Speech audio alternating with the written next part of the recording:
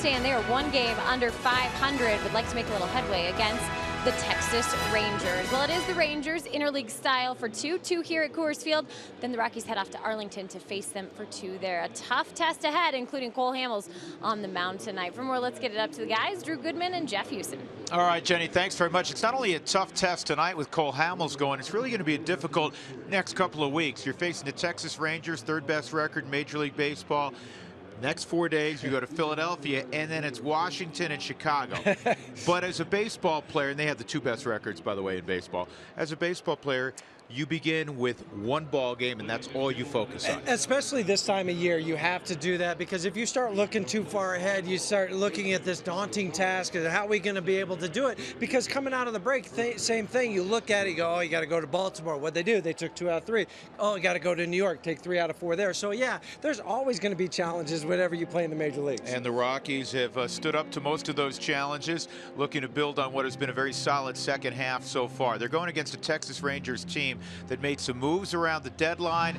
They have a very gifted offensive club, and they just added Jonathan Lucroy and Carlos Beltran, among others. And they're already sitting with the best record in the American League at 65-47, the 3rd best record in all of baseball. They can slug it. We know that. The Texas Rangers, throughout their history, have been able to do that. Best in the major leagues against left-handed pitching, although they're only 500 in those games against lefties. But the bottom number in those one-run games, 24-8, a win percentage over 700. So they do a lot of things well to add up to a lot of victories. This guy was a great acquisition because he's a true two-way player. Even if he doesn't get a hit, and he's had a bunch already, he's hit 3 home runs since the trade from Milwaukee. He is a great receiver. He's thrown out more players than anybody trying to steal in baseball. He's a veteran, savvy, leader type of guy. They had one of those a long time ago in Pudge Rodriguez in Texas, where he could change the game both defensively and offensively. In the 5 games with Texas, you see 3 home runs, including 2 in 1 ball game when they're playing the Houston Astros, who are challenging them for the division. Jonathan Lucroy a few years back had over 50 doubles to lead the league. So this guy does so many different things. And talking to Jeff Bannister today, their manager, he was just saying, wow. He goes, when you play against somebody, you see things, but until you get him in your locker room, into your jersey, you don't realize how special a player he is. Texas is a very gifted team, and they got deeper, obviously, with the addition of Jonathan Lucroy. A couple of lefties going at one another today. One guy long in the tooth, one guy who has a great future. Tyler Anderson, Cole Hamels, Rockies, Rangers, come on back to Coors Field with us.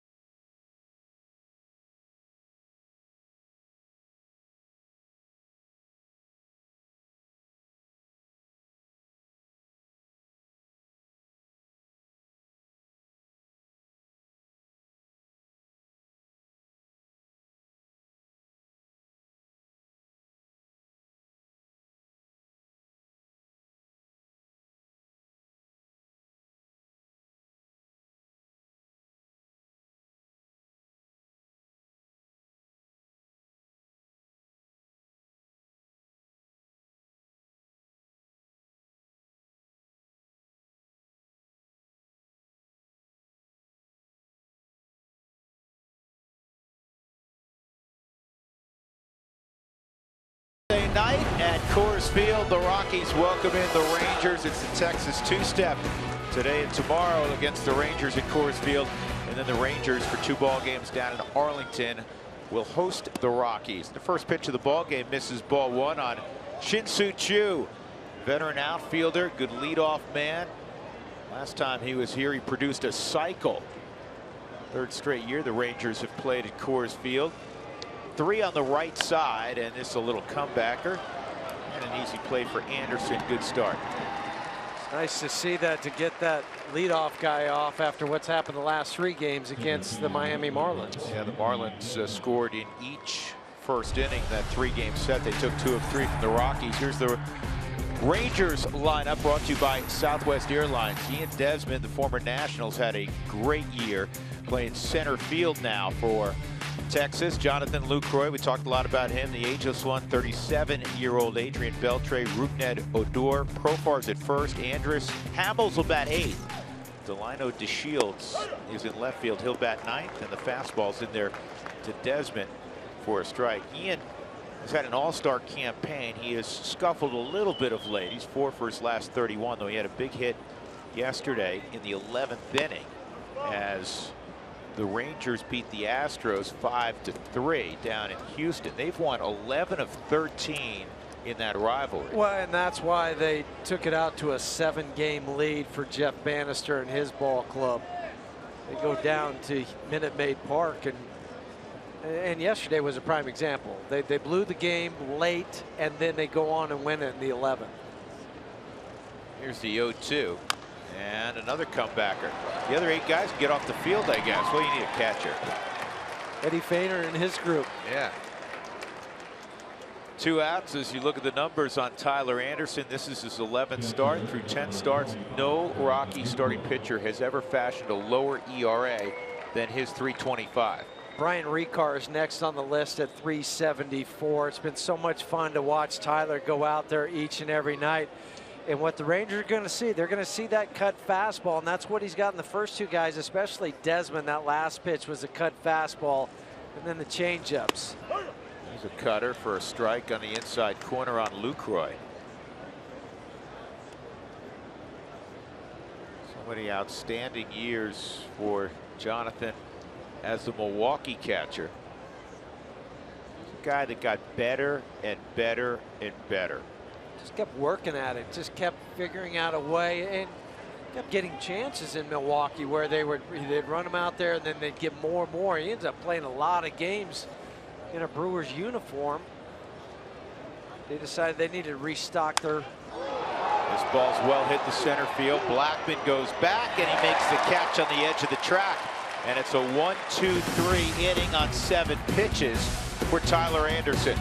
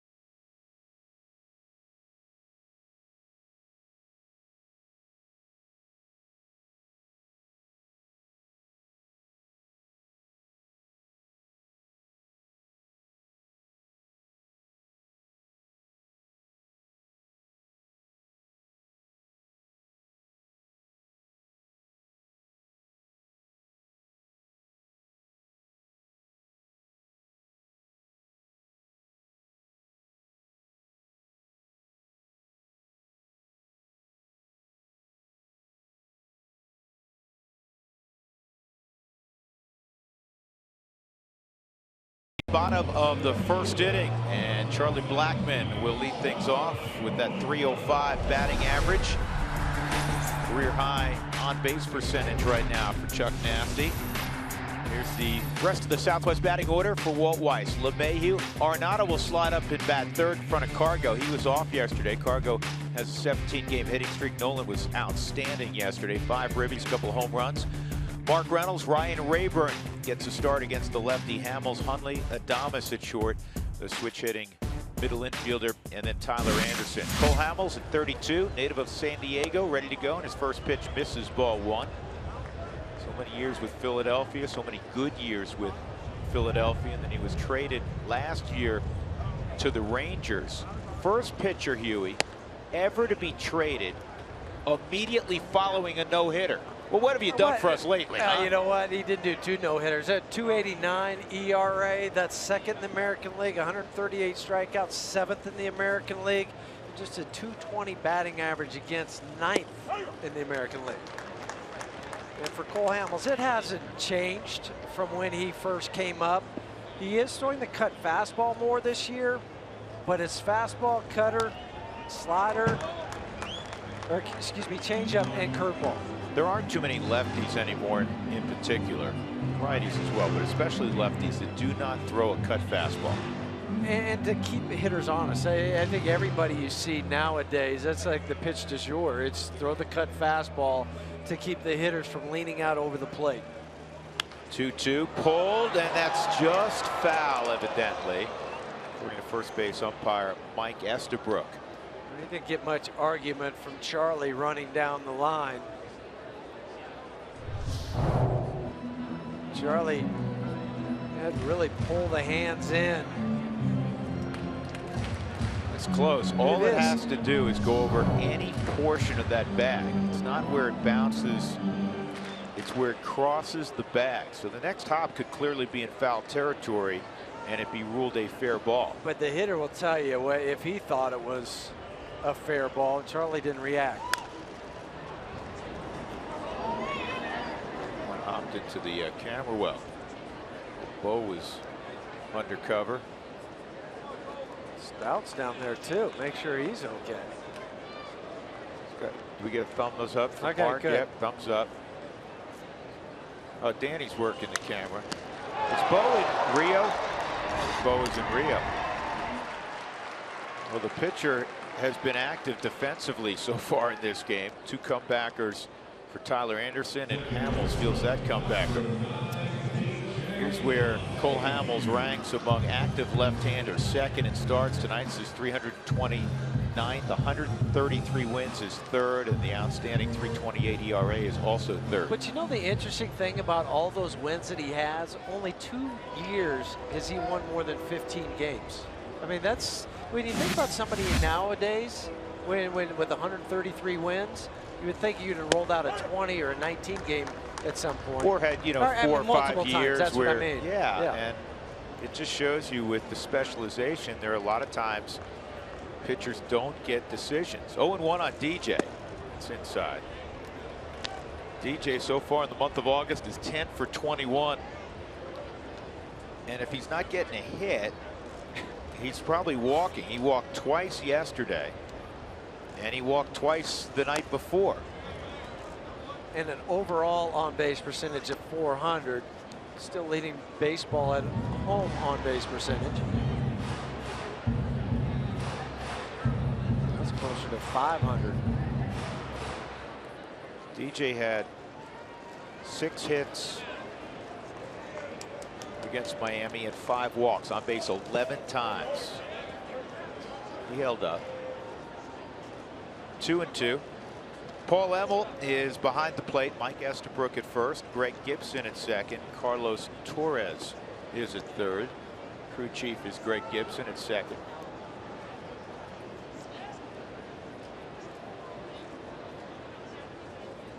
One, 2, 3 beginning for Tyler Anderson. Rockies trying to bounce back after falling 10-7 yesterday. Beltre has to drop step and out at first base. His Profar stayed on the bag.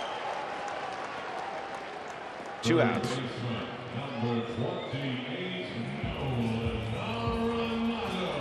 Beltre can still pick it. One of the heroes of Nolan Arenado growing up. Time for our Mako big hit.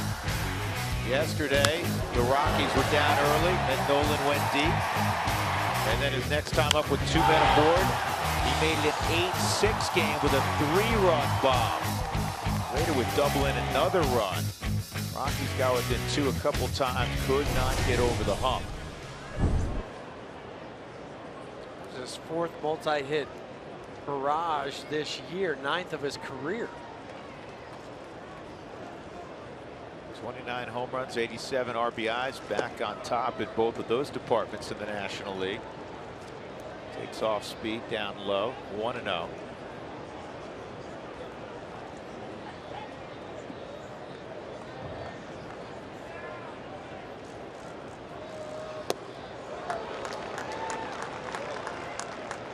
Was it Cole Hamels' special changeup?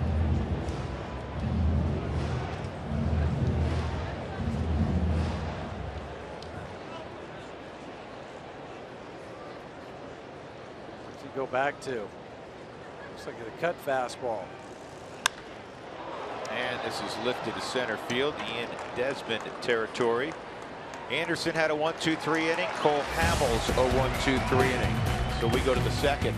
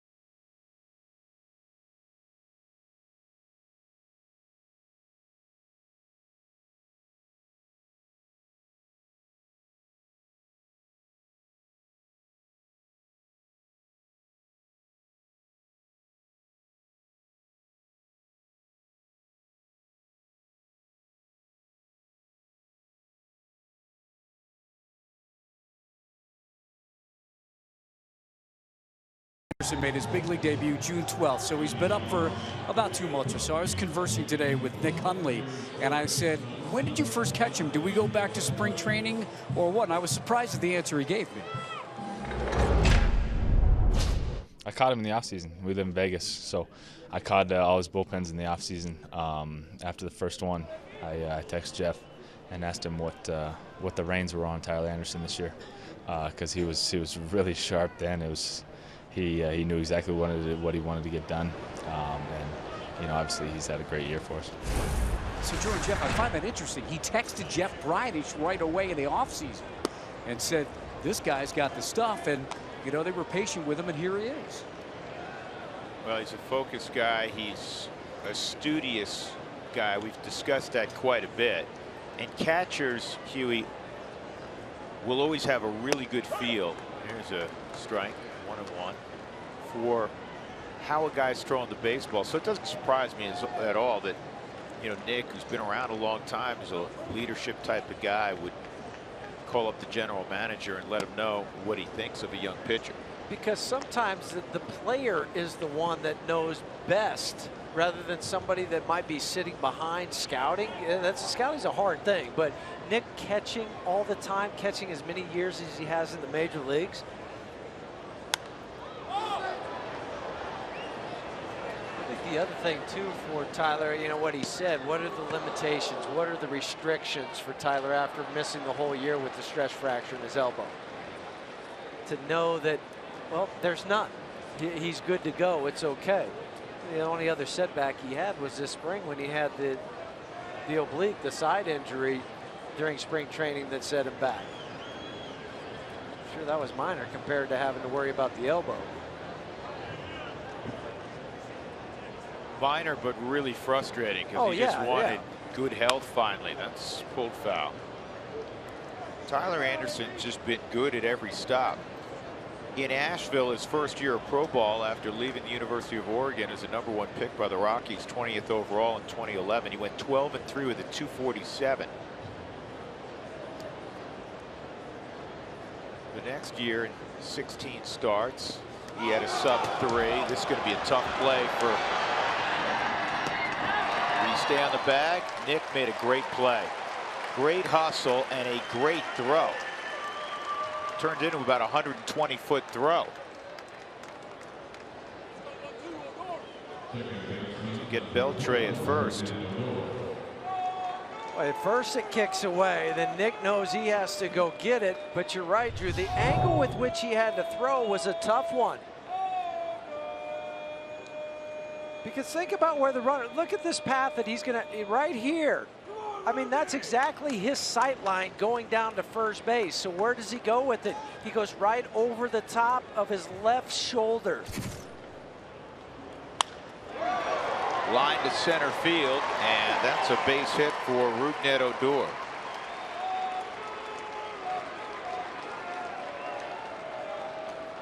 One out, Odor on. And we take a look at the Rockies defensively. Rayburn, Blackman, and Cargo. Cargo back in there. Last night he had the day off. Arenado, Adames, LeMahieu, Mark Reynolds, and Nick Hundley. The Rockies now have 4 left-handed hitting outfielders. David Dahl's getting his first day off since being called up. Gerardo Parra came back yesterday after missing 46 games. He started for Cargo and right. Today, he was taking ground balls at first base for a good portion of time during batting practice, getting some instruction from Stu Cole. He looked good there, by the way. And then Walt Weiss went over and visited with them, and the 3 of those guys huddled at the end of batting practice. Talked a little bit more about Parra at first base. It makes sense because you have 4 guys you want in the lineup. You have Mark Reynolds, who's anchored down first base, done a really nice job, but now you can complement him perhaps with a left-handed bat there in Parra. And don't forget, he missed 46 ball games with a high ankle sprain. I mean, it's not to say that the ankle's not good, but if you're playing in the big outfield here at Coors Field, do you run David Dahl out there? If you need a spot starter at first base for Gerardo, it would make sense. No, David Dahl has got to play. That's what I'm saying. Yep. That if he plays, and of course Charlie and Cargo to maybe spell Mark Reynolds, you go over there at first base. Well, tonight too, you need that extra right-handed bat in the lineup against Cole Hamels. Lefties are hitting 173 against Cole. That's the 2nd lowest in the American League. Martin Perez, who the Rockies will see on Wednesday down in Texas, has the lowest at 158.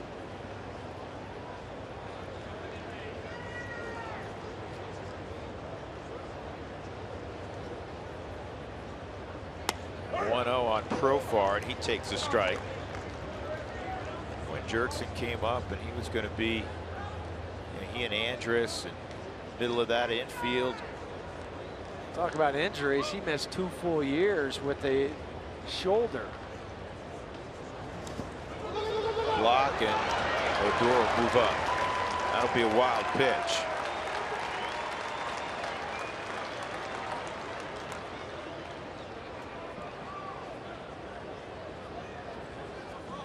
Seen a couple bounce far off of Nick today, and that's out in front of the plate on the Subaru Supermo. Not much a catcher can do to try to slow it down when it has that much reaction that far away from him.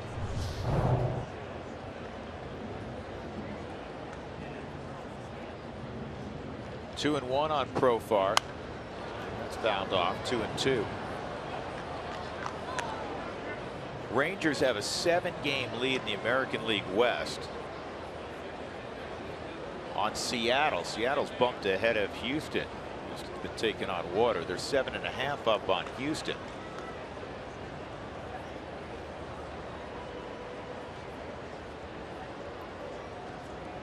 They have their biggest lead in the division in a month.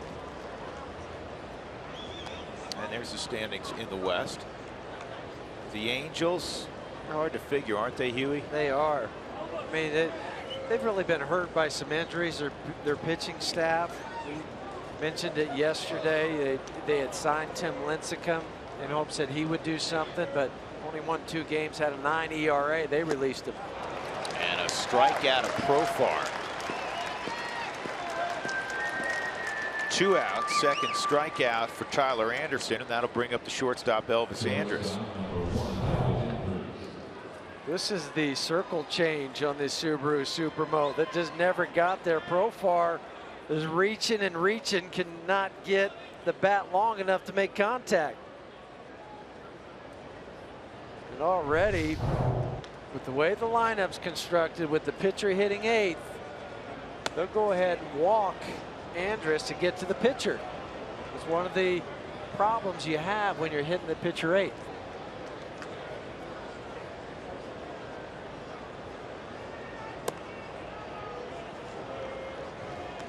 And this for Walt's in deference to Cole Hamels in another way. It's out of respect for what he does on the mound. Again, a lot of times early in games you'll try to get that 8th place hitter, or in this case the hitter in front of the pitcher hitting for Texas 7th, so you can start out the next inning with the pitcher. But knowing that this could be a low scoring game with Hamels on the other side, you don't take the risk. And it makes sense for Tyler making his 11th Major League start to not put it in the hands of Andrus. Go left on left with Cole Hamels.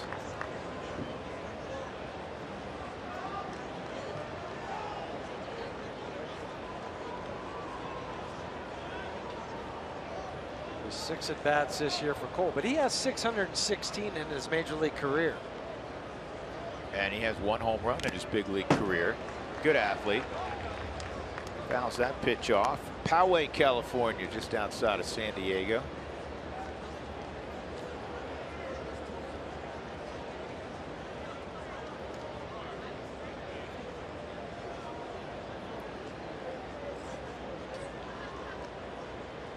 Odor can run. He's at second. And it's 0-2.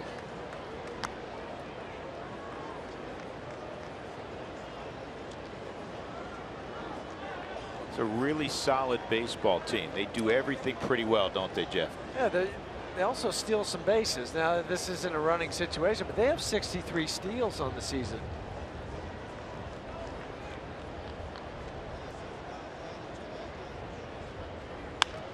This is pulled to first. Mark Reynolds has it, and that ends the inning.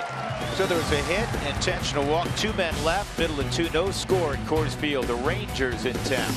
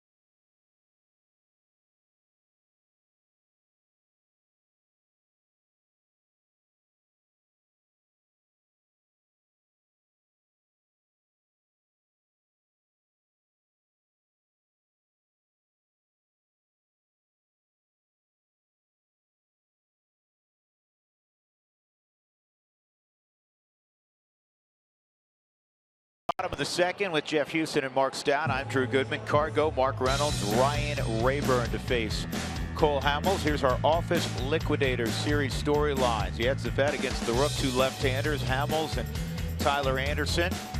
And the finest in the junior circuit, Texas, has the best win percentage. They captured the AL West last year. And Nolan looked like Nolan yesterday, boy, didn't he? 2 home runs, drove in 5, 2 homers and a double. His first home run went 431 feet. His second went 456 feet. Got a change already?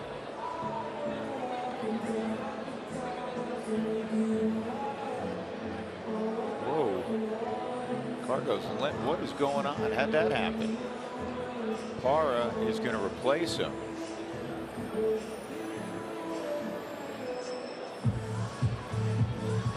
That's the same ankle. Now, he had yesterday off.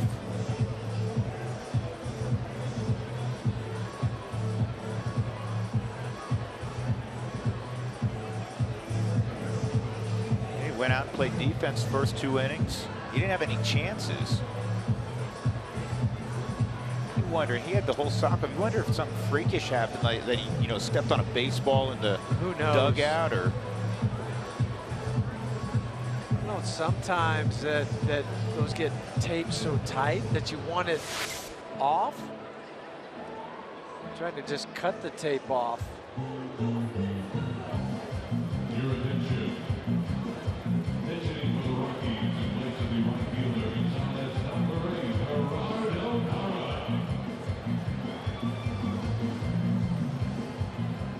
And you know, he did not play. That happened on Thursday. Didn't play Friday. He played Saturday. Played well. Threw out a couple of hits. No issues. Yesterday he had a day off, and now he's out of the ball game without taking an at bat. Well, even on Saturday he hit that double down the right in the right field corner. No trouble running around the bases to second base that night. You just have to wait to hear what the official word is. Tough draw now for Gerardo Parra. He's sitting there thinking, well, I might be a few innings before I get into a ball game. If I have to pinch hit, maybe double switch. No, get loose, and you're hitting this inning. 1-1 on Hamels, or Hamels to Gerardo. 2-1. Well, that's a huge blow for obvious reasons, and now you have a really short bench. Rockies keep only 4 anyhow, and now you're down to 3, and one's your backup catcher. 2-2. Parra in his return yesterday went 1 for 4. He had a single in the 4th inning.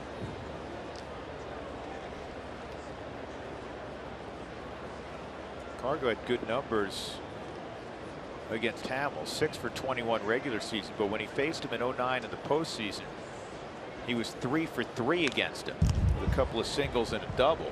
That's when they beat Cole Hamels in 2009. They also beat him in 2007, the World Series year. 0 for 2 against the Rockies in the playoffs. Hamels, since moving from Philadelphia to the Rangers in the American League, is 19-4.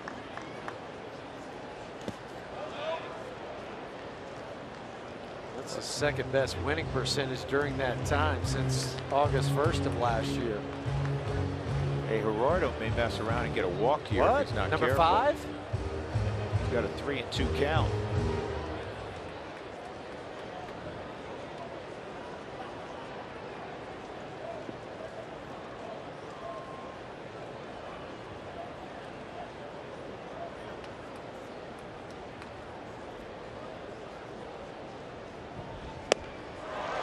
One out.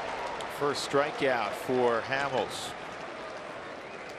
Here's how the Rangers will align defensively. They have Delino DeShields in left field.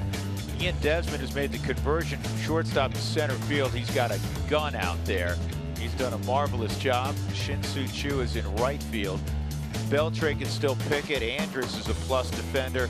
Odor at second. Profar, very athletic, though very new to first base. And Jonathan Lucroy is among the 2 or 3 best catchers all around in the game.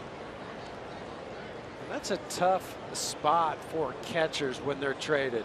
And on top of that, he's changing leagues. There's one thing to think about the hitters that you have to learn, but you also have to learn a new pitching staff. New pitching staff of your own and a bunch of new arms that you're not as familiar with. And you know where it really comes into play when you talk to players is with the bullpens. Well, yes, because they're in there. You might see 2, 3 pitches. That's it. And you're relying on information from other people.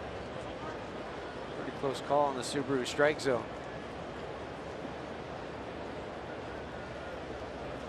Rayburn on deck. Here's the 2-1 on Reynolds. There's a strike. Emphatically indicated by Paul Emmel. 6-game hitting streak for Reynolds, hitting .440 in August. Back-to-back strikeouts by Hamels. That'll bring up Rayburn. A reminder, join in on the conversation tonight and every night. Send us your thoughts, photos, questions. Use Twitter or Instagram. Include the hashtag Toyota Talk and you're done.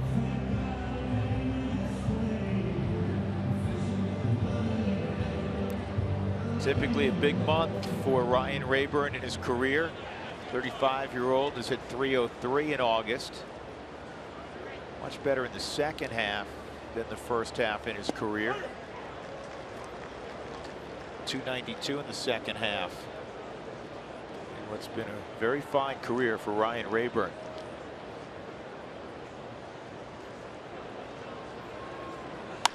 This ball's lined to deep right center field, and it is going to hit off the base of the wall. A 2-out double for Rayburn. Bringing August heat. There you go. A few pinch hits over the weekend came through there, and now we're a 7th double this season. 4-seam fastball on the Subaru Supermo, belt high. Ryan starts with that left foot close. That's just a reminder to keep the hip underneath you. Don't open up too soon. Cole Hamels knows it. He doesn't even need to look. He just has to go back up second base. Here's the difference. You know, Walt has messed around with having the pitcher earlier in the year, early last year, hit 8th because the pitcher's hitting 9th, the conventional lineup for the Rockies. Cole Hamels can't walk Nick Hundley and face Tyler Anderson because behind Nick Hundley is another position player, Christian Adames. Hundley has scuffled against Hamels, as have a lot of guys. He's just 2 for 17. Time to change that a little bit. Well, he does own 1 home run. One of those 2 hits, a home run. This ball's in the air to fairly deep right field. Chu going back, still going back, and he'll make the catch. Rockies get a hit from Rayburn. He's left at second after doubling. We'll go to the 3rd, no score.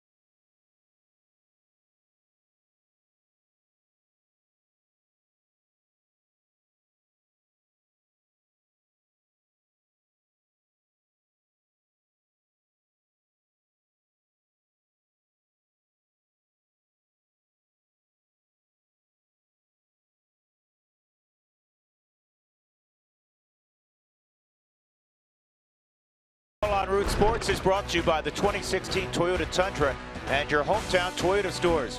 By First Bank, don't pay with cash, use person-to-person transfers from First Bank. And by Southwest Airlines, transparency, low fares, nothing to hide. Pretty Monday night in the Mile High City. The Rockies thus far in this 8-game homestand, 3 up, 3 down. Won the series 2-1 against the Dodgers, lost 2 of 3 against Miami. And Gerardo Parra, who pinch hit for Cargo, who had to hobble through the dugout down into the tunnel, out of the ball game. He's coming in and he was limping.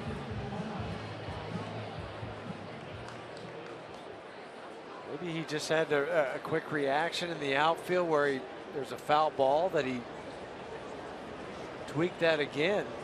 Let's hope it's just a case where it was pretty tightly wrapped. We need to get the tape off. If you're a manager, you can only do what Walt did. Feel better, a slap on the backside, and go get him, a slap on the backside to Parra. Yeah, good luck. You got Cole Hamels out on the hill, who we talked about, a 173 average, and you're up to bat. Delino DeShields was out in front of that changeup, 0-2 on the 9-hole hitter for Jeff Bannister. His dad, Delino DeShields, was the #1 draft pick of the Montreal Expos back when I was playing. I was going to say, you overlapped with Delino, I did. right? I played with his dad. 2 or 3 years in Montreal. Now he's managing for the Cincinnati Reds in Louisville. Been there about 4 or 5 years in AAA. So do you remember little Delino running around yet? Or No. Not yet. Not yet. That's how old you are. Yeah, I know.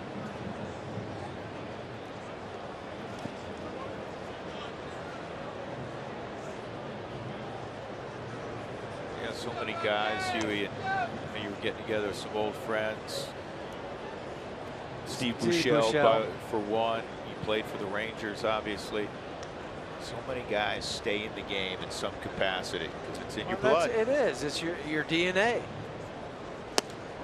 And there is a strikeout on a changeup, the 3rd strikeout for Anderson. Well, he has a feel of that changeup tonight, does Tyler? All 3 of these strikeouts have been on the changeup. Really pronates the wrist to get the movement on the Subaru Supermo. Wow, that's fun to watch when you really slow it down and see the torque on the elbows. One of the most unhittable pitches, and you know that a guy's going to throw it quite a bit. It's on the scouting report, and you still can't stay back. As long as they have the same arm action, you can't stay back. Because everything you've been taught about hitting is to be ready for that fastball. And then when he throws a changeup, but it almost suspends in midair, it's hard to make the adjustment as you start your swing. 1-1 on Shin-Soo Choo. He had a comebacker his first time up. 2-1. 338 lifetime hitter in 19 games against the Rockies. I mentioned he had a cycle here last season.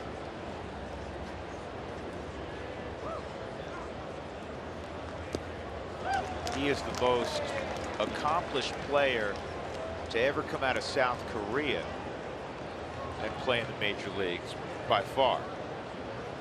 146 career home runs, 566 RBIs. 2-2.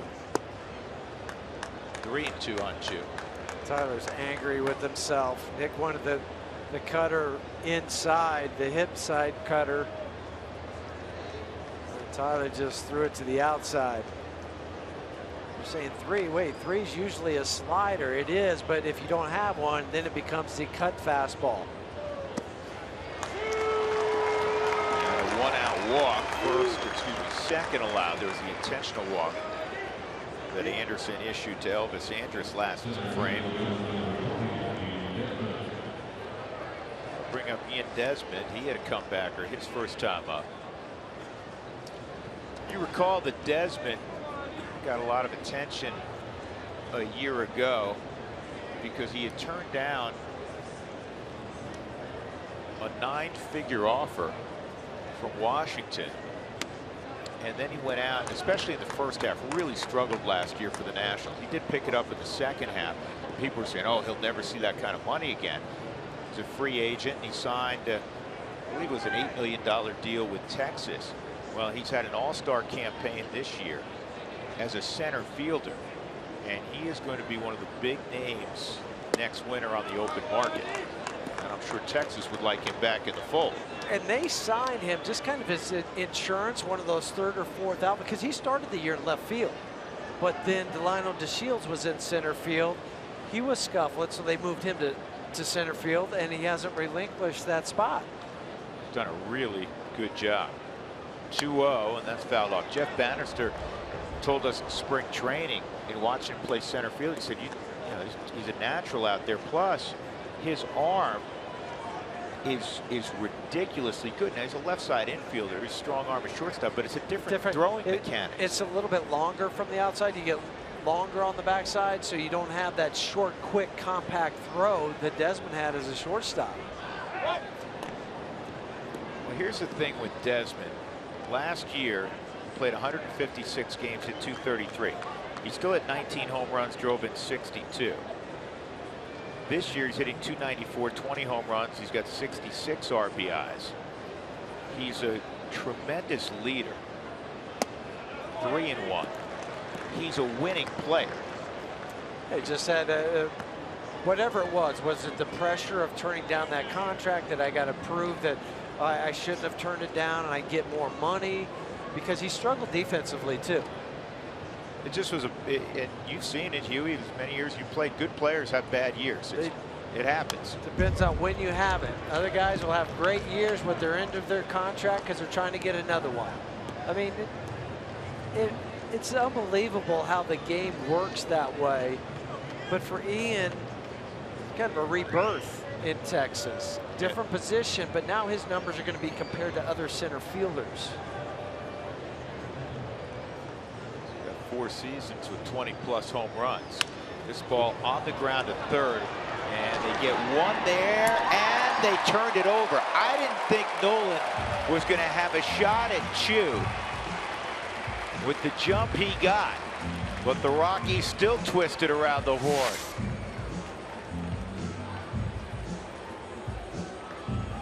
The throw from Nolan was perfect to DJ. Jeff Bannister's deciding whether challenge. Man, that is close. Real close. If we freeze this one with the balls, they're going to look at it. Glove. I have no idea.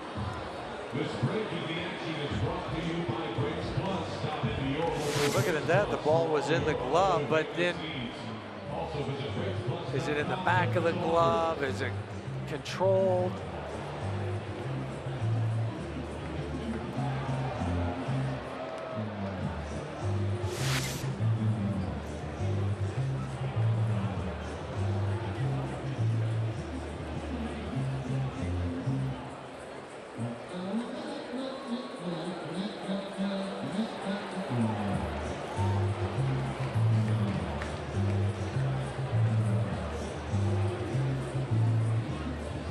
Not sure. Well, that's what I was just saying. I'm not sure what they're going to rule in New York.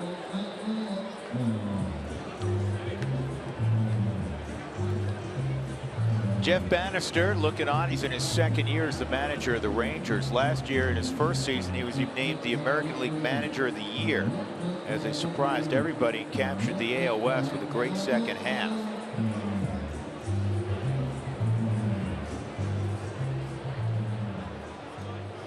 And they're saying he beat the return throw.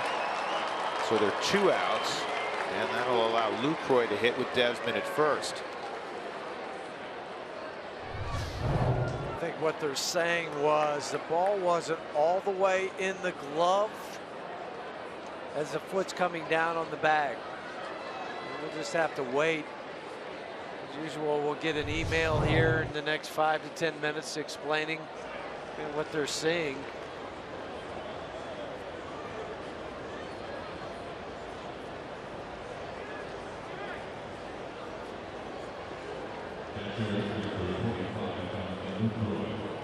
But still, for Nolan to get that ball where he was backing up and then make the throw to second base to get the lead runner. Didn't even think he was going to go to second. Jonathan Lucroy at the plate. Lucroy hit the ball at deep center his first time up.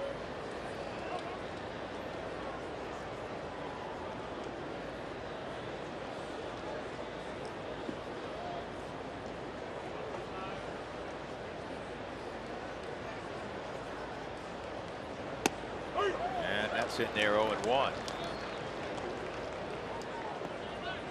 Rangers made several moves in the month of July.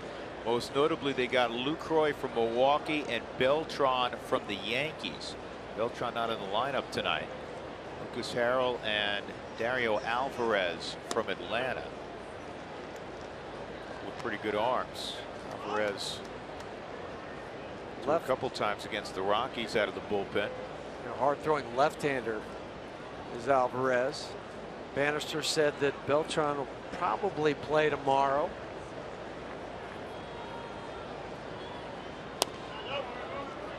Two balls and a strike.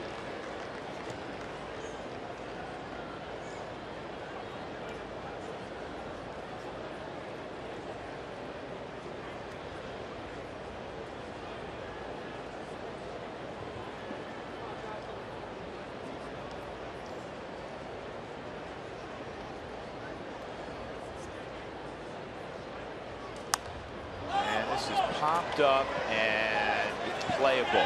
Foul ground. Reynolds, as he should have, called off his catcher, Nick Hundley.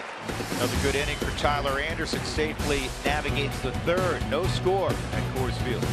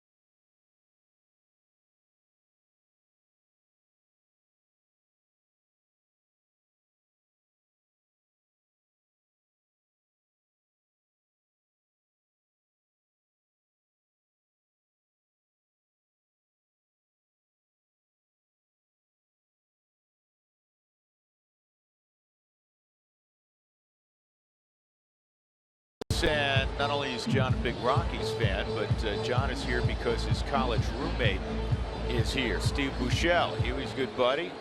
Roomed with John at Stanford. Mike Aldretti, too, former major leaguer, bench coach. Well, they're all baseball players. All baseball guys. Everybody goes, yeah, that's right. Oh, it was a baseball player, too. Played a little bit in the Yankee system, and Oneonta in the Penn League briefly. I think he hit 300. We always look that up. I believe he hit 300 that season in Oneonta. All the Rangers coaches, they went out to Dove Valley today. Watched a little Broncos practice. And John, from what we heard, hung the whole time with the coaching staff. Stayed with them. Broncos open up a little later this week at Soldier Field in Chicago. Preseason game number 1, and Christian Adames has a leadoff single in the third.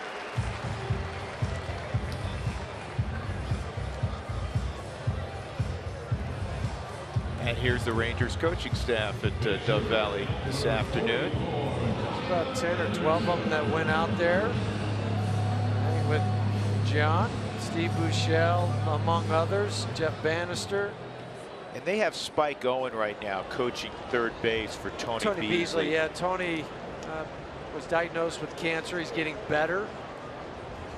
He's still going through some treatments, so it's kind of a thing now with trying to help Tony get there. For Jeff Bannister, he brought Spike Owen along to be their third base coach.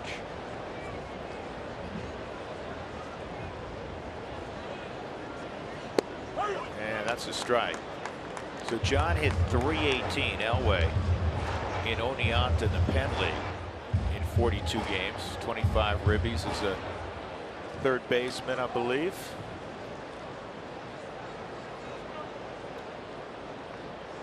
As good an athlete as he is or was, there's no doubt that he could have played baseball at the major league level.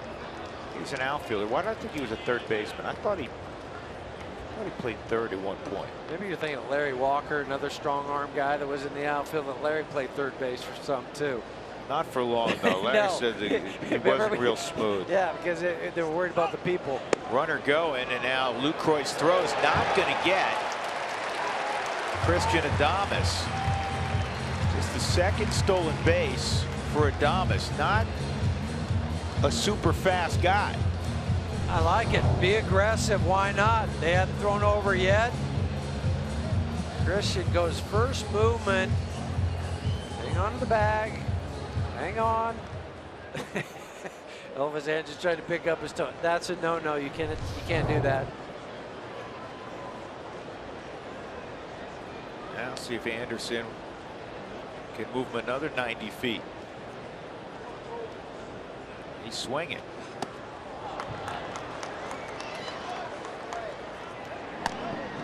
Whoa. Lucroy fired that, and Profar to reach up to make the catch. One out. Charlie Blackmon will try to give the Rockies a 1-0 advantage. When the Rockies score 7 runs or more in a game, go to participating Colorado Taco Bell locations the next day between 4 and 6 to get your Rockies taco special with Moss at Taco Bell. Rockies hit that number yesterday. Unfortunately, it was in a loss. 10-7 to the Marlins. Blackman's on-base percentage this year, .366. It goes along with that .304 average. Last year, he set a career high with a .347 on-base percentage. And got Beltre's attention there when he squared around. Two of the most active third basemen. The way they move around and come in and back up between Adrian and obviously Nolan.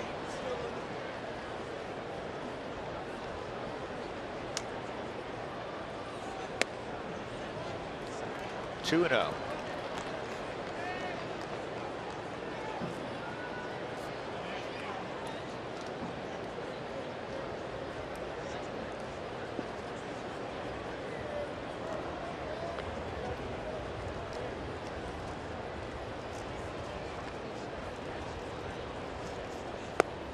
And 3-0 on Charlie with LeMahieu on deck.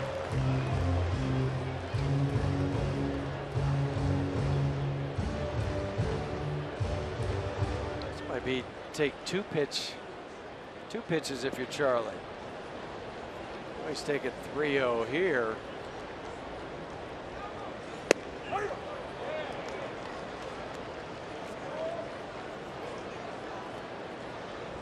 A wider strike on the Subaru strike zone. Again, Charlie doesn't mind hitting with 2 strikes, so take another one. I wouldn't be surprised if he does. Or gets a base hit to drive in a run. Does that work? That works even better. Why take one when you can hit a base hit? 1-0 Colorado. Charlie Blackmon with his 51st RBI, bringing home Christian Adames.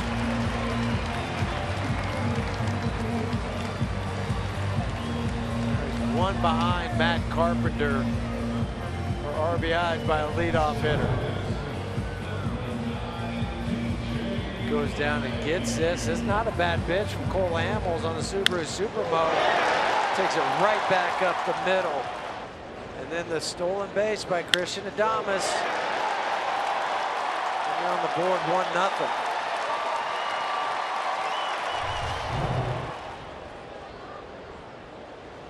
Now you have another good base runner on, and he draws a throw with LeMahieu at the plate.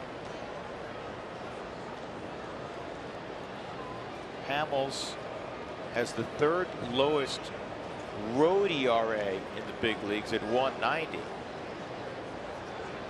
Also 8-2 out on the road. Charlie gets picked off, still has a chance for the bag. Out at second base on a close play. Profar's throw to Elvis Andrus.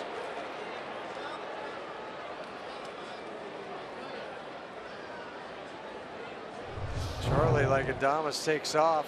As soon as he lifts his foot, Profar makes a strong throw to Andrus. Oh, You're get gonna take another a look at this. That might be worth a look. Yeah, where he tagged him on the backside and his left foot going into the bag.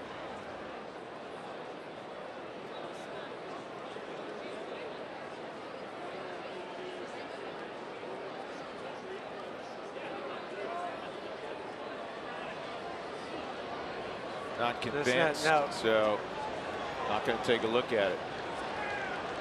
That'll be the. Just couldn't quite tell. Did his foot get in there? But Profar showed that off that middle infield arm.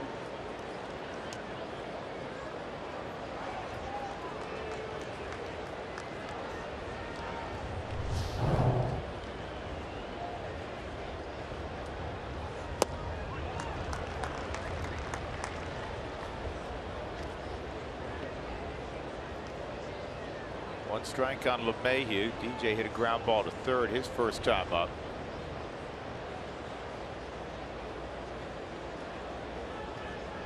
DJ's been good in the evening. He's been good in the daytime too. Been good at home, been good on the road.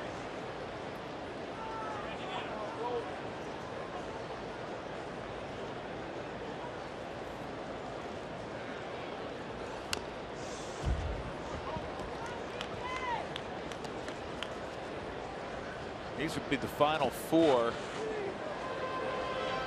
games against the American League for the Rockies. They're 8-8, so they're improved against the American League this year. 2 here, 2 in Arlington against the Rangers, and then the Rockies are done with the AL. On the swing, and LeMahieu's gone. Rockies get a run though. A base hit by Adames. He stole second. And on a 3-1 pitch, Charlie Blackmon delivered him with a base hit up the middle.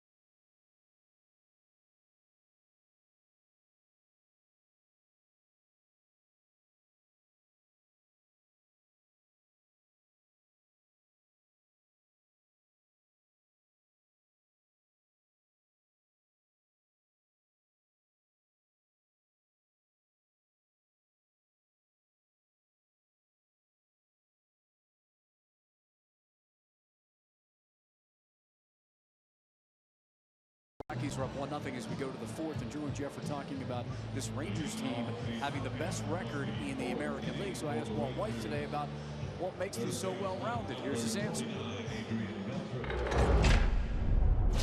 Very solid defensively. They got arms, they got a bullpen. They're athletic, dynamic offensively. It's a very good team. It's tough to spot a weakness with this club. Pun intended, yeah, guys, he covers all the bases. Jeff, you were talking about them being able to swipe bases, too. They can do a lot. Oh, 63 stolen bases for the Rangers. You wouldn't think about them as having that many. The Rockies have 48 stolen bases. Just do a lot of things well. They win one-run games is what they do. Here's what's odd about their record. Best in the American League, 65-47, 18 games above 500. They are +4 in run differential. That's it. That's indicative of a team that's a game or two above 500 typically. But to be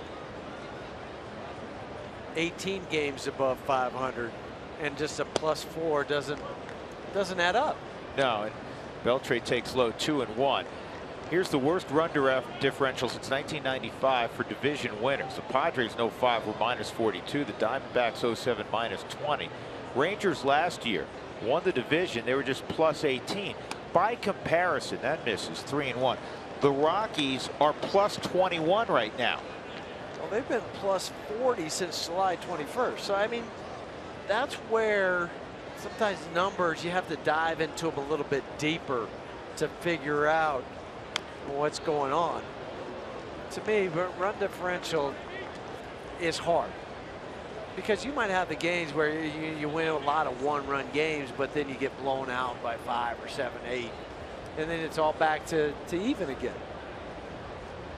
And usually over the course of that number of games, if you're 18 over, you would think they'd be right around Steven with the run differential. And maybe, you know, with the Rockies +21, maybe that's a foreshadowing of good things to come, because that number generally indicative of a team that's above 500 by several games. And the Rockies begin play tonight 55-56. They have a 1-0 lead, top of the fourth, 3-2 count on Adrian Beltre, 37-year-old. You know, he signed a 2-year extension earlier in the season. And why not? I mean, Beltre, real drop off. He's hitting in the 270s, 16 home runs. He's driven in 65. He still plays very good defense. And you wouldn't know it just watching the way he plays the game, the enthusiasm, you know, where he's at chronologically in age. He walks leading off the fourth inning. He first faced the Rockies in 1998 as a 19-year-old. The first 15,000 through the gates on Sunday, August 21st, will receive a Nolan Arenado Gold Glove Minor bobblehead. It's courtesy of Newmont Mining and Project Cure. If Anderson can get Odor to roll into a double play, that's going to be a tough chance. Look at that. Unbelievable. DJ has such a great mind for the game. Most guys, Huey, take the out at first. But he knew who was running in Adrian Beltre.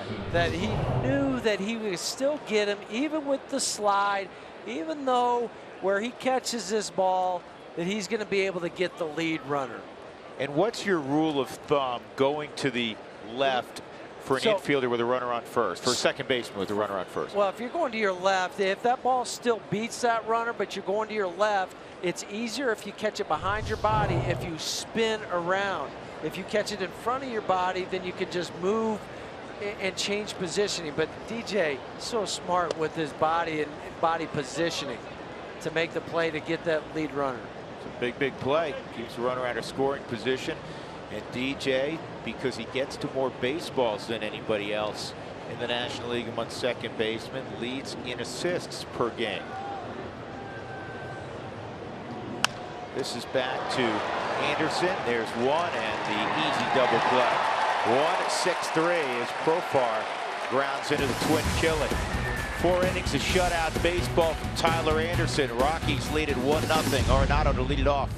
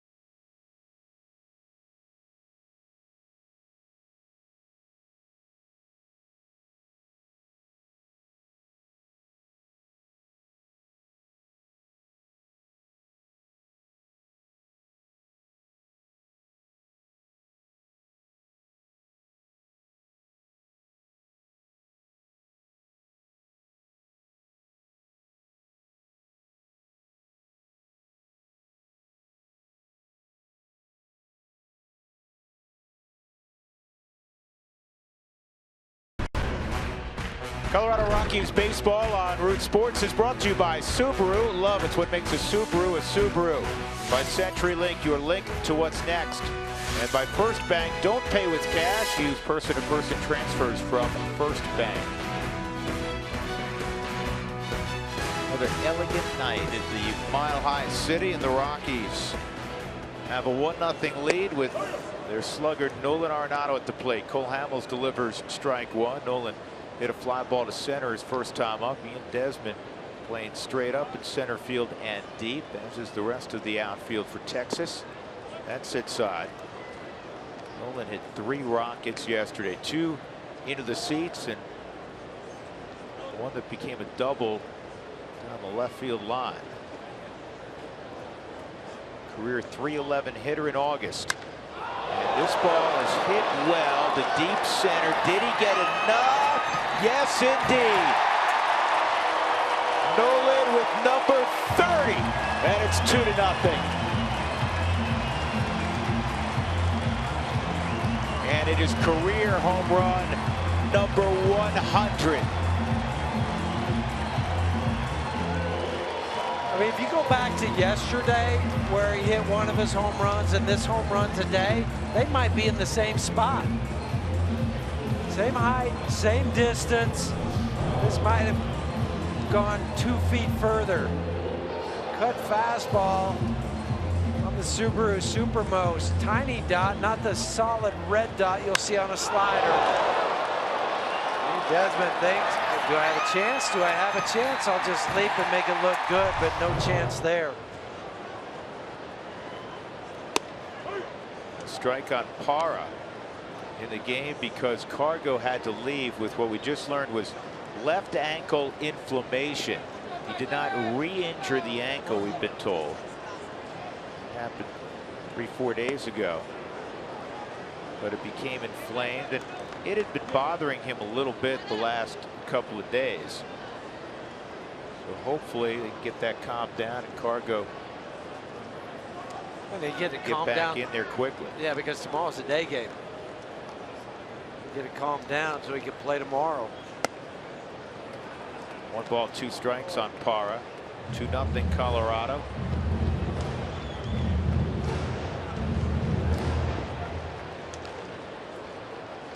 Nolan's 100th home run. He becomes the 11th Rocky to produce 100 or more home runs. And Parra delivers a sharp single.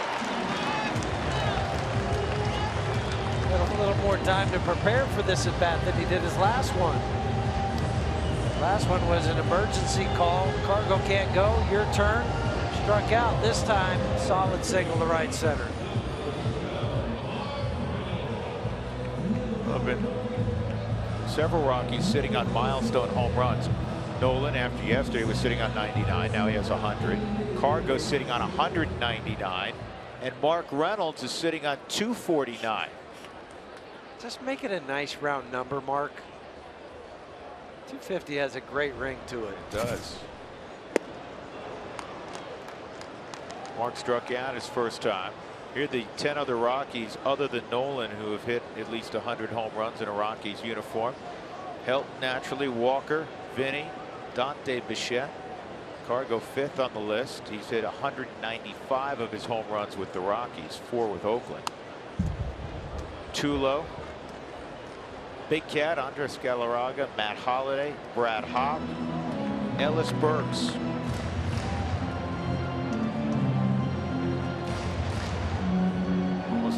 We almost had Helton burgers for dinner. Thought about it. Did think about it. Had it last homestand. They're good. Beat a Helton burger.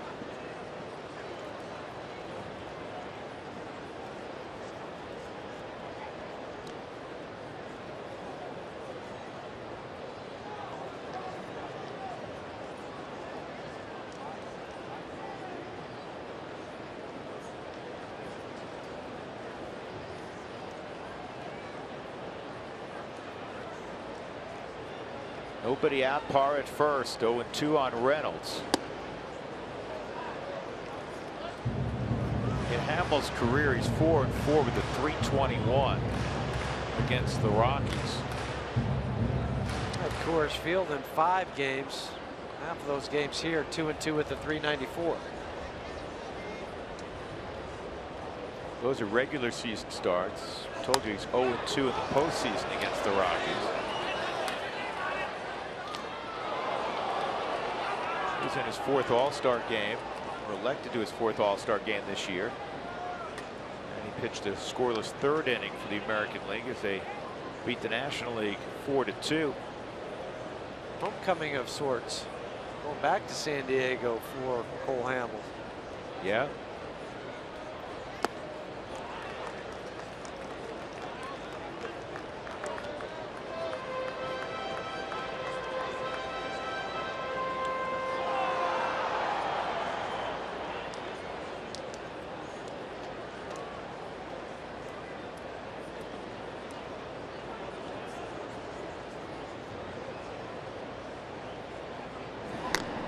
Talked about this recently.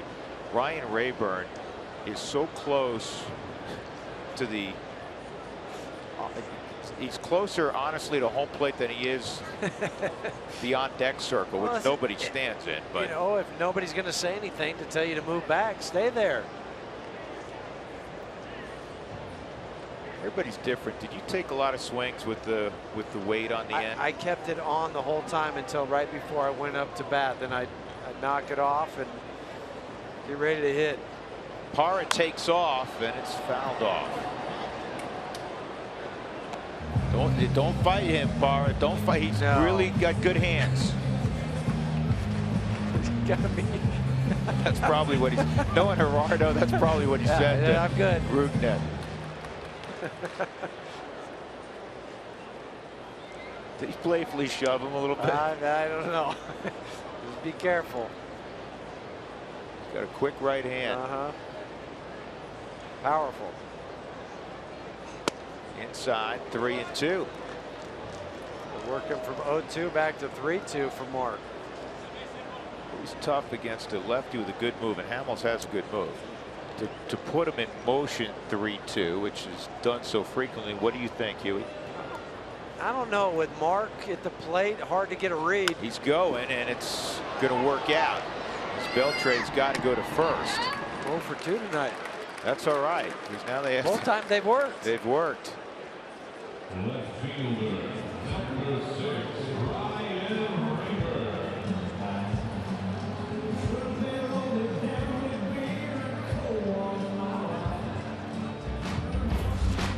Here's our Coors Light Cold Hard Facts. Brought to you by Clean Crisp Coors Light. Road ERA, minimum of 50 innings. Tyler Chatwood continuing to lead all of baseball with a 130. And Cole Hamels is third on that list. Tyler will start tomorrow afternoon here at Coors Field. Rayburn pops this up. Profar and foul ground will make the catch. 2 outs.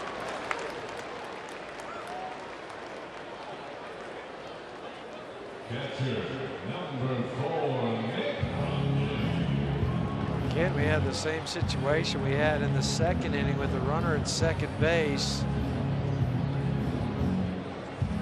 And the 7th place hitter coming to the plate, Nick Hundley. The Rangers put their pitcher at the 8th spot. The Rockies walked him to get to the pitcher. You can't do that now. That's twice the Rangers have had that advantage with Christian Adames hitting in the 8th spot. The pitcher hitting 9th. Hundley hit the ball pretty well his first time up to the warning track in right.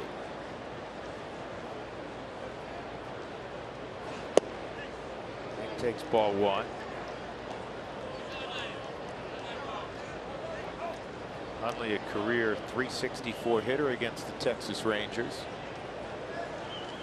Rockies play the Rangers every other year, and they play the Houston Astros every other year.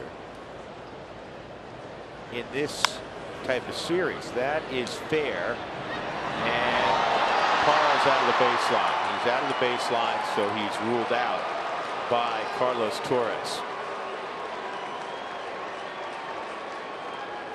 So it's 5 unassisted. The Rockies get a run on another home run from Nolan Arenado. 30th of the year, 100th of his career. And the Rockies have a 2-0 lead.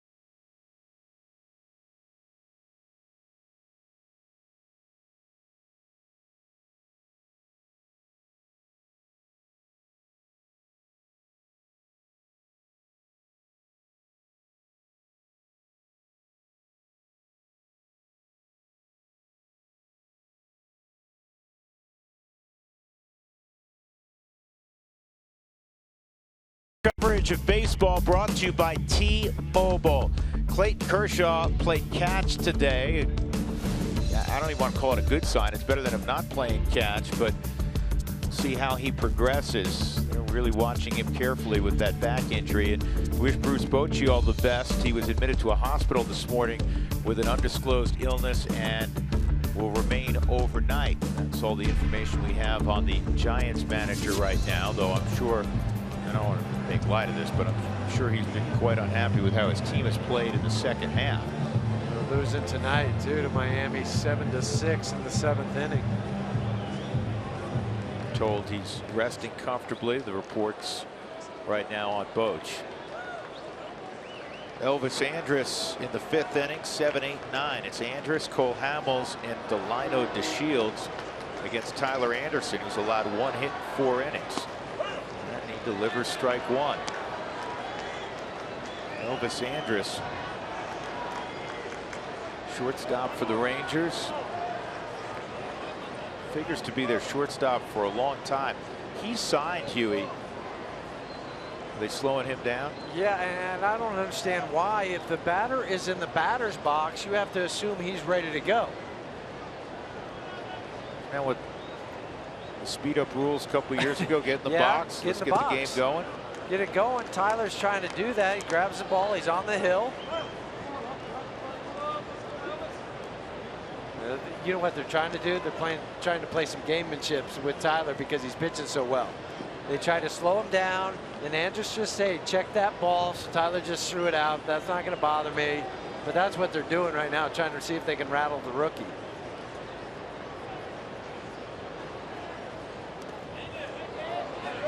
Did he go? He did. 1 and 2. New baseball, he still swung at it. So I guess it wasn't the baseball.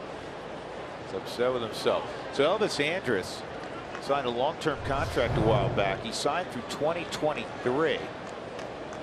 He went. He can opt out after 2018 or 2019. 2 hops at Adames. I doubt he will, Huey. I mean, pretty favorable contract for the player. I mean, Andrus a solid, really good defensive shortstop, and you know, he's been a pretty good offensive player. But he's making $15 million a year through 2020, and then 14, and in 2023 a vesting option of $15 million. That would be guaranteed if he has 550 plate appearances in the prior season. So say if I was his agent, I would say stay where you're at. Stay where you are. Grass isn't always greener. 0-1 on Cole Hamels. And Hamels lifts this ball to left center field. Rayburn's there. Ryan makes the catch. That'll bring up Delino DeShields. Struck out his first time. Sorry, Live Rockies Baseball is here with MLB.com at bat on your smartphone or tablet. You can stay connected with live stats, news, and more.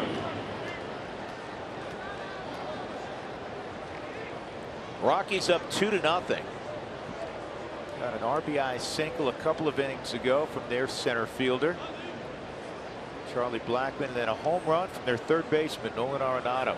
2-0. Rockies lead over Texas. Game 7 of an 8-game homestand. Drew Goodman, Jeff Hewson, Mark Stout.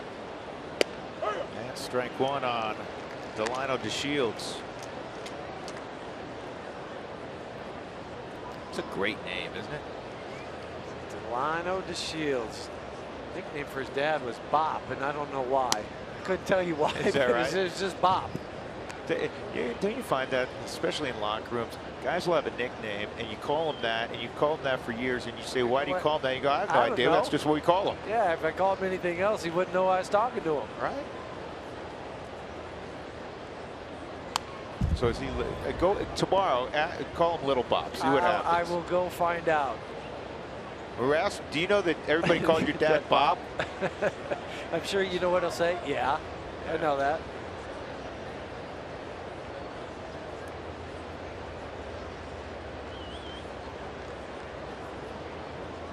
Here's the 1-2 from Anderson. Got him on a fastball away at 92. Man, can he pitch? He can just flat out pitch. 1, 2, 3 inning for Anderson. 5 shutout innings now. Rockies leading 2-0.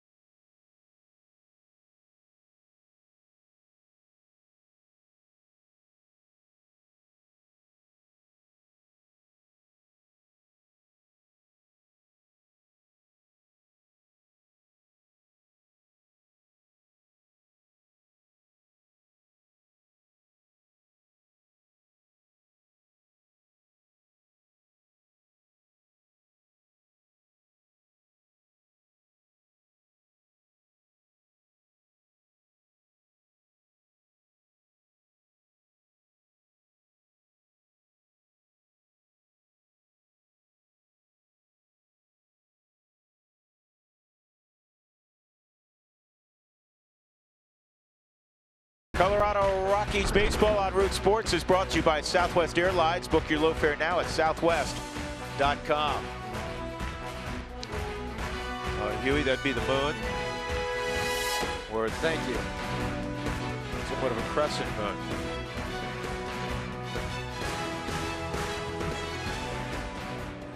Rockies up 2-0, fifth inning. Christian Adames. Base hit in the third, leading off the third, and would steal a base and score on Charlie Blackmon's base hit. Colorado up 2-0. Nolan a home run tonight as well, his 30th and 100th of his career. Christian, after that 0 for 18 stretch that he went through, is now 5 for his last 15. A sharp single up the middle. You said it a few days ago, the numbers were going to go up because Christian's a pretty good offensive player once he was able to compile some at-bats. And with the injury to Trevor Story, Descalso getting more at-bats, and Adames getting more at-bats. He was a 281 hitter in the minor leagues. The numbers are there, what he's done in winter ball before. When you get almost a third of your at-bats just pinch hitting, it's hard to get any sort of average going. Tough assignment, especially if you're an extra in the American League. 2-2.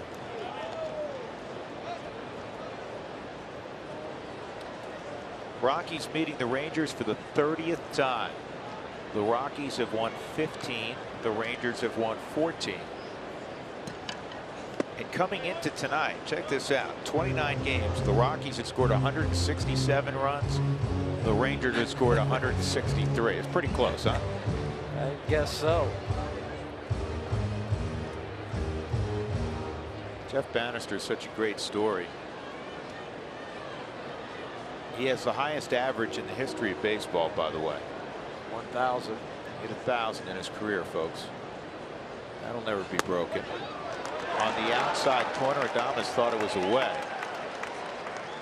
And it got a small sliver, evidently on the black. One out. Jeff Bannister got one major league at bat. He got a base hit. And that was the only plate appearance of his big league career. And then he spent 29 years in the Pirate organization, coaching, managing. He was Clint Hurdle's bench coach. He interviewed for the Pirate managerial job when Clint got the job. Then stayed on as his bench coach. Clint gave the Rangers a huge endorsement of Bannister, and of course Clint had worked with the Texas folks as their hitting coach. Guy. So they knew John Daniels and Thad Levine and that whole group. Anderson bounces one to second. Odor's got it. They had that relationship, and for Bannister to be Clint's right-hand man, bench coach, knowing all the moves, managing in the minor league, so he's seen it all and done it all in this ball game, and has some respect. Talking to some players and people with the Rangers, he has earned that respect from day one since he put on that Ranger uniform.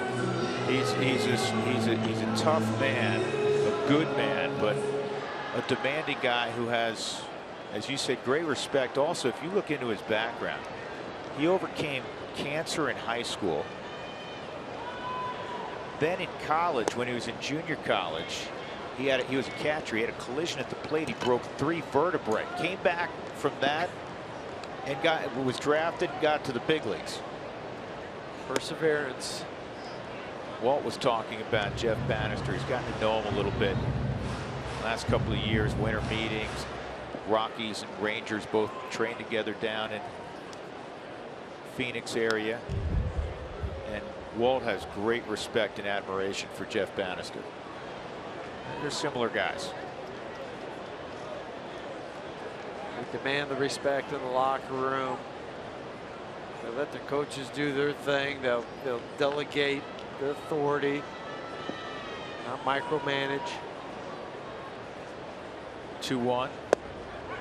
2-2 on Charlie.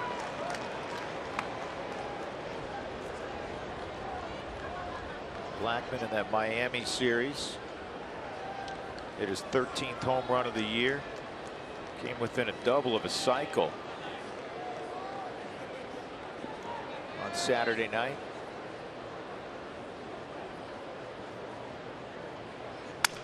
Broke it bat. And Charlie was funny. I was talking to him about this yesterday. I said, you knew that you needed a double in that last at bat. He gets a single through the left side. He said, yeah, I'm blaming it on Rayburn because Rayburn stopped at second. You So know, you killed me, dude. I was going to have a double on that. yeah, you know, if Ryan wasn't there, that Charlie was just going to head down around first base, slide in like a cloud of dust, see what would happen. Said, you ever had one before? And sometimes players have to think back. I said, at any level, have you ever had one? I said, no. I asked you, did you ever have a cycle at any level? No, never had a cycle. Mine was usually because I couldn't hit the home run. Get the other things out of the Get way. the other three. Triple, no problem. That was easy for me. The home run was the problem. Well, we should all have such issues, right? Well, still have the opportunity, I guess. That's right. Up the middle, Odor. He's not going to be able to get Blackman. That'll be a hit. Charlie's 2 for 3. First for Odor to get to that ball and make it that close at first. Well, the first 10,000 fans through the gates for the Rockies against the Washington Nationals on August 17th receive a coupon for a Hebrew National dollar hot dog.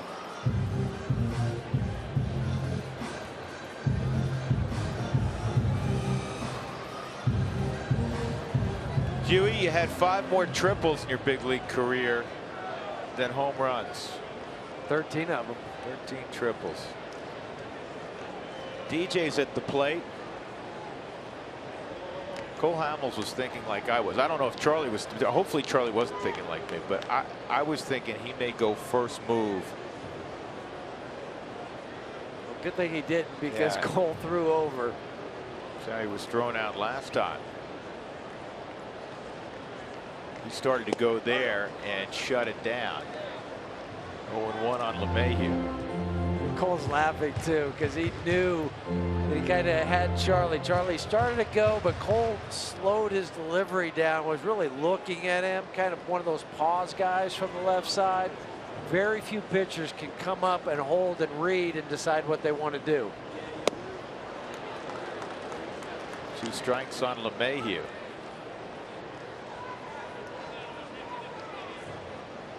Some guys you really say, well, go here. If I get thrown out, with 2 outs, I get a fresh count for DJ. But DJ's such a good 2-strike hitter.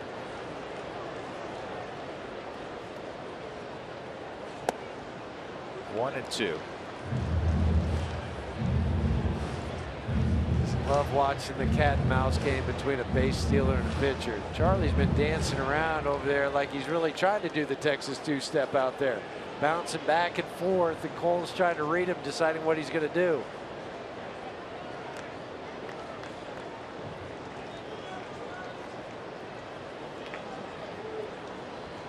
LeMahieu 3rd in the league in hitting. A couple of Nationals ahead of him. Daniel Murphy. Wilson Ramos. Almost hit another homer yesterday. And that's gloved by Hamels. Rockies got a hit from Blackman. He's left aboard. We go to the 6th. 2-0 Colorado.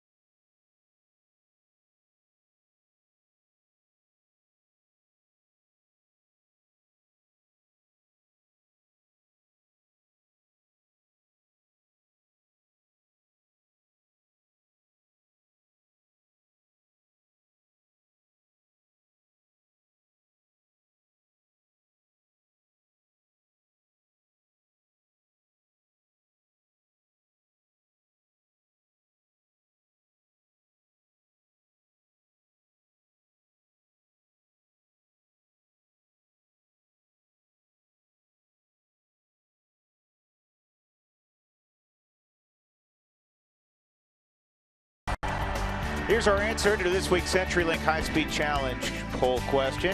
We wanted to know the shortest game ever played at Coors Field. And if you answered, as 41% did, April 7th, 08 against Atlanta, you are absolutely wrong. It was against the Padres, an hour and 58 minutes. Guess who was on the hill? Aaron Cook. Aaron Cook, it had to be. Yeah.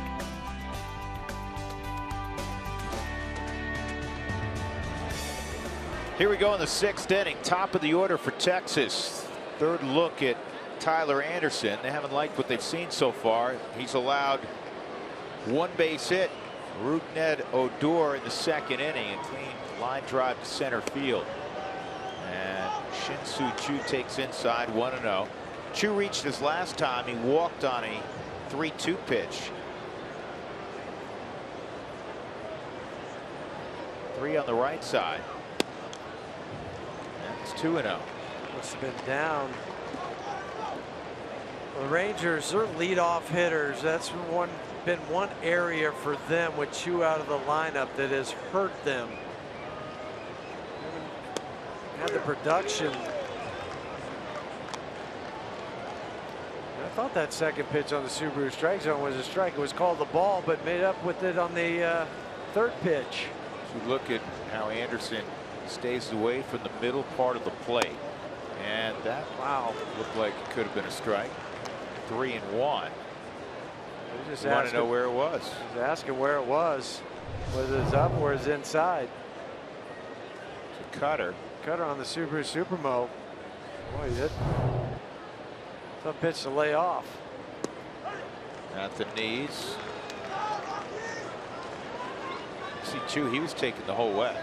I was saying about the leadoff hitters for the Rangers, they only have a .319 on base percentage. That's 22nd in the major leagues. And this could be a tough chance with a bare hand to first. Out at first base. What a pick by Reynolds. How about the late decision by Nolan? Was going to go leather, said the heck with it. I got to grab it with my bare hand. He's amazing. That was like what he did the other day with Ichiro. Yeah, my bad. My bad. He's out. My bad that I had to throw this so hard, wait on it, barehanded. But Mark, again at first base, coming through with a big pick off the grass. He's out. Got bare hand of the Subaru Supermo. Off balance, long hop. Mark, not a problem. And a strike on Desmond. You know, as you look at the two guys who were involved, that Adrian Beltre, though not pleased that Nolan threw out Choo, looked on and said, man, that guy is special.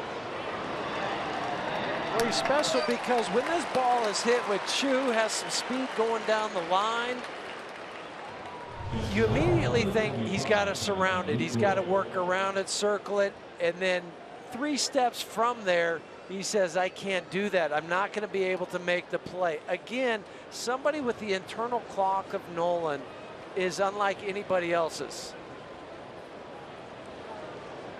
Tyler Anderson, he approved. 2 outs, Jonathan Lucroy at the plate. Also pointing to Mark Reynolds for the dig.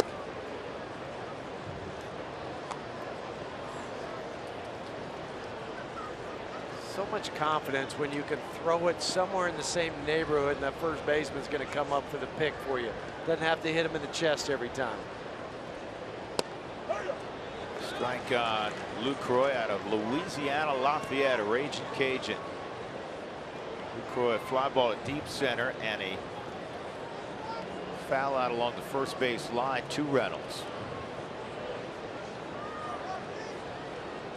Next pitch, the 80th of the night, and that's a strike. He's been up, down, in and out on the Subaru strike zone. Talk about pitching to all 4 quadrants. Tyler, efficient tonight.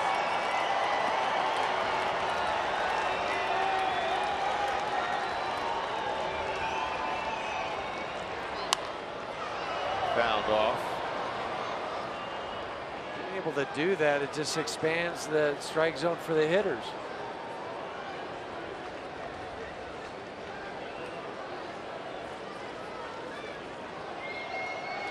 He has a younger brother that was drafted out of East Carolina. He was a pitcher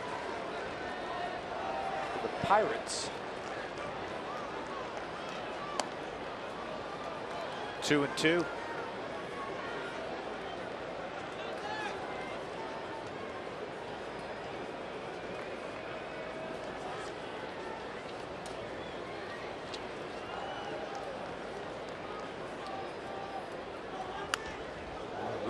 Pulls that ball foul. Lucroy went to Louisiana Lafayette, but he grew up in Florida. Still can't believe he had 53 doubles back in 2014, which led the league. That's a ton of doubles for anybody, but normally associate that many doubles with a catcher. And this is playable. Shallow right field. Parra coming on, waving his arms. He's got it, and it's another 1-2-3 inning for Tyler Anderson. What a play by Nolan and Mark Reynolds. Coming up for the Rockies, Nolan Arenado. He homered his last time. 2-0 Colorado.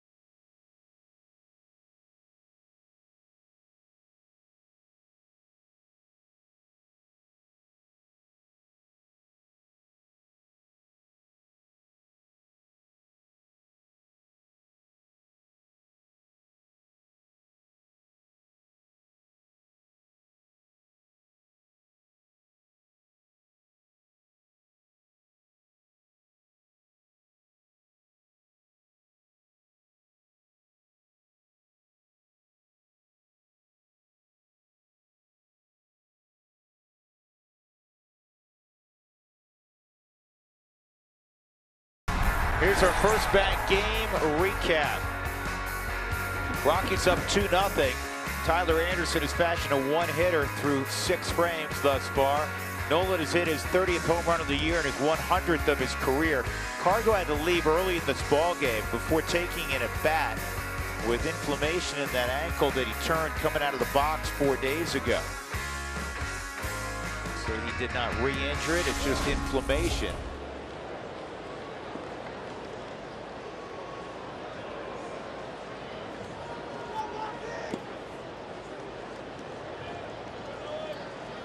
Nolan back in the 4th inning. Cut fastball from Cole Hamels. Puts it over the wall in center field. Insurance run. Goes foul. A ball and a strike now on Arenado.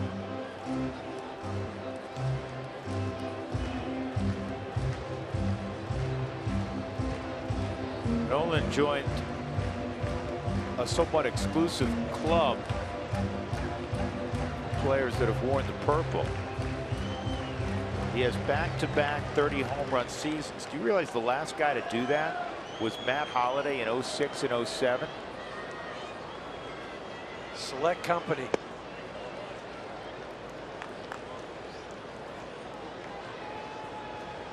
just to follow up what he did last year. And this year, that's always hard to do, to stay on the same pace with which you were hitting home runs, driving in runs a year ago. Tried to hit that one out, 2-2. Here's the National League home run leaders. Jay Bruce now at the Mets, 27. Chris Bryant, 27. Story hasn't played in over a week. He's still tied for second in the league. Adam Duvall, who's slowed down a little bit in the second half. But great first half, all-star first half. There's Trevor. 2-2. Nolan fouls it off his foot. And there have been only 14 30 home run seasons for the Rockies since the humidor was put in place in 2002. Last year they had a couple. Nolan and Cargo were 40 home run guys. And Cargo, you would think, would eclipse the 30 home run mark. He's at 23. Obviously Story would have. On the ground to Odor. And Odor stays with it. He's made 14 errors over there. It's been smooth sailing for him. Most in the major leagues. Brandon Phillips is next. He has 10 errors for a second baseman.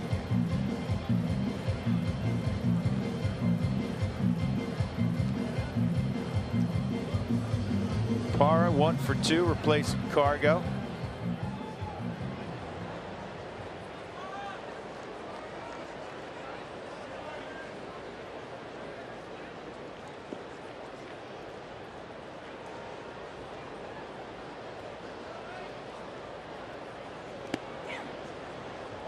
Hamels is due a 5th next inning.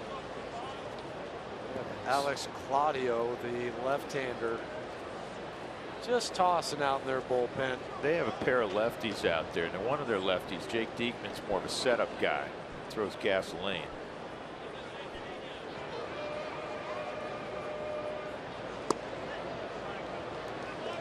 Diekman, like Hamels, a former Philly.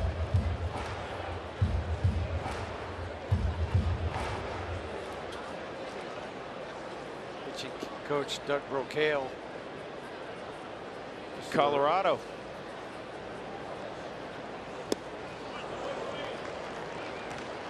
Lamar guy. As we've said many times, they've grown big down in Lamar. Brandon McCarthy. There's the rest of Jeff Bannister's coaching staff. We mentioned Doug Brocail, Hector Ortiz at first, Spike Owen, Brad Holman out in the bullpen along with pitch coach Steve Buechele. Brad Holman's brother Brian was also a big league pitcher. Montreal and Seattle. 1 out, a 3-1 count on Gerardo. This ball's well hit to center field. Desmond back to the track to make the catch. First baseman, number 12,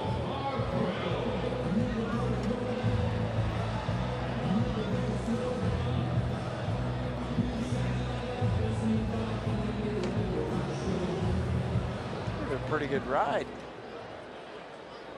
At about 400 feet. You need to hit it 415 there. Need that 5th gear. Mark Reynolds riding a 6-game hitting streak. Strikeout and a ground ball to third. 2 outs, nobody on for Mark, and he went around 0-1.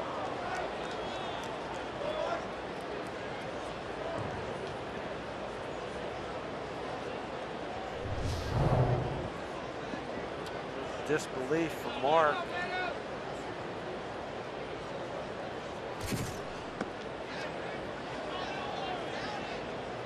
Pointed down to first. I didn't swing at that. Back to even now, though, Mark.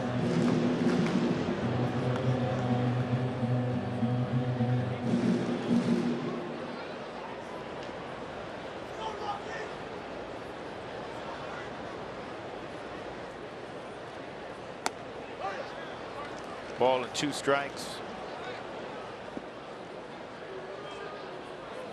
Cincinnati beat the Cardinals at Busch tonight 4-0 in the 7th. It's helpful for the Rockies. Atlanta was beating up on St. Louis too. Giants and Miami are tied now at 7 in the 8th. Dodgers scored 2 in the first at home against Philadelphia. They're up 2-0. 2-2, 3-2.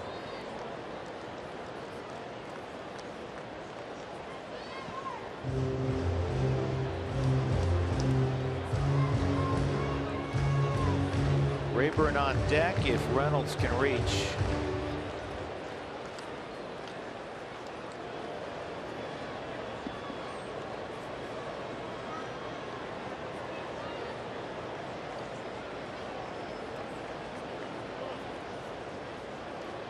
Lucroy put every possible sign down.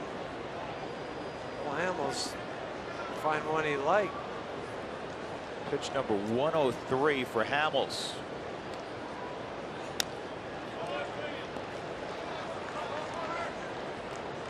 He has been above 110 pitches 4 different times, with a high of 123 2 starts ago against the Royals. Then he followed it up with a 7-inning performance against Baltimore with 99 pitches.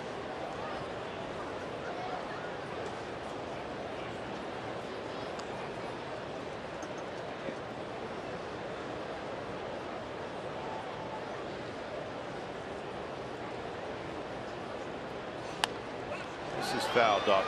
You know, if you compile the list of Cy Young candidates in the American League, you'd have to go deeper than the 5 we wrote. You can go about 8, 9, 10 deep. Hamels certainly in the conversation. Sale, Porcello, Happ, the knuckleballer, Stephen Wright, Tillman, who we just saw with Baltimore, has got 14 wins against 4 defeats.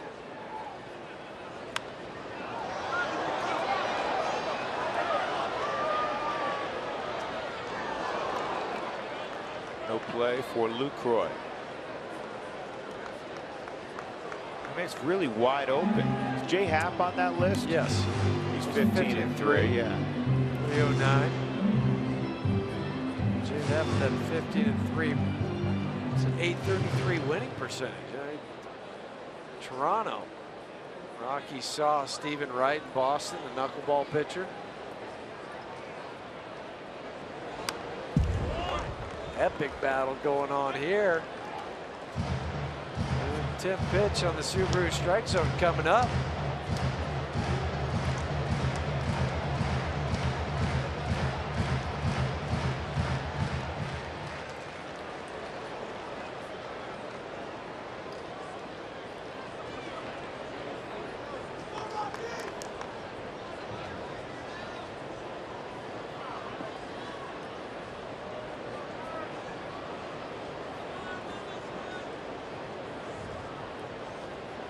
Backdoor cutter.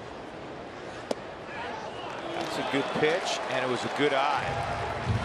It missed, and Reynolds goes down to first, and that'll bring up Rayburn.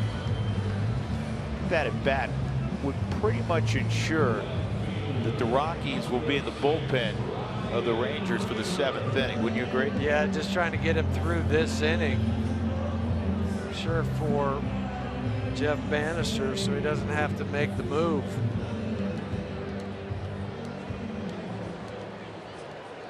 You wouldn't think much about 10 pitches if it was in the 3rd or 4th inning, but now in the 6th inning, it's a big deal. Ryan Rayburn's faced the Rangers quite a bit in his career. He's a .330 hitter against them. Hit a double off the base of the wall in right center field in the 2nd. He fouled out in the 4th. Runner going immediately. Lucroy's throw does not get Mark Reynolds. Sneak attack, first stolen base this year for Reynolds. He tried that sneak attack 3 times tonight. 2 times they've been successful with Reynolds and Adames. Charlie tried it, he was caught. Take a look on the Subaru Supermo. Are they just trying to see if he came off the bag? He never came off.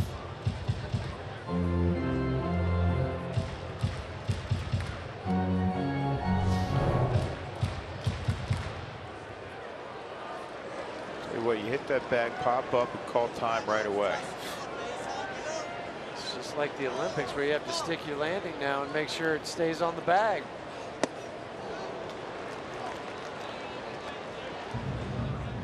And then back in the day, you hope one of the Cold War judges didn't vote against you.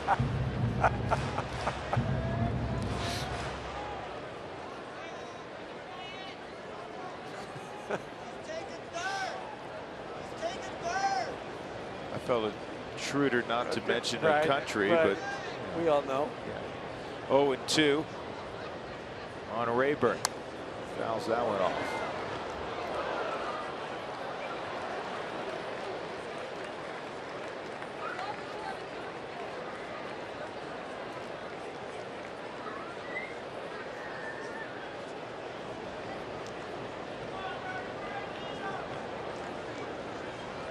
Tough average against for Cole Hamels with runners in scoring position, just 209. Tell you what, Rayburn throws out a hit. Reynolds will score. Outfield's really deep. Best arm out there is Desmond's in center, but he's 380 feet from home plate. He's well above average in center field for Desmond. Just average in left field for DeShields and Chu and right. Maybe average a tick above. But as deep as they're playing, it's just almost like you could walk home.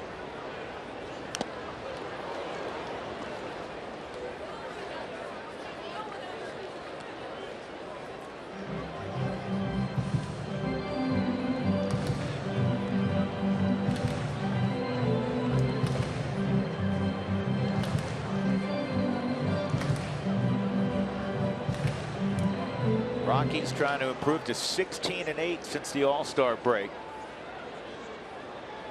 Trying to get back to 500.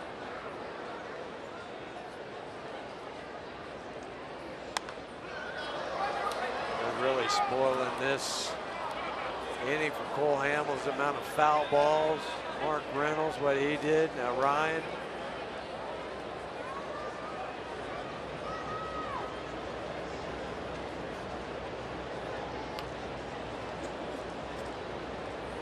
Pitches to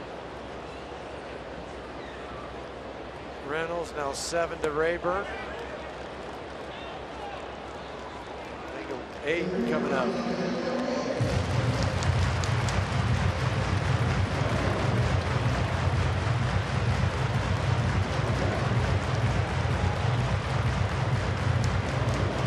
Rockies got a run in the third on a Blackman single to score Damas, who had started the inning with a base hit and then a stolen base. Then the home run from Arenado in the fourth. Swung on and missed. Hamels wins the battle. Reynolds left at second.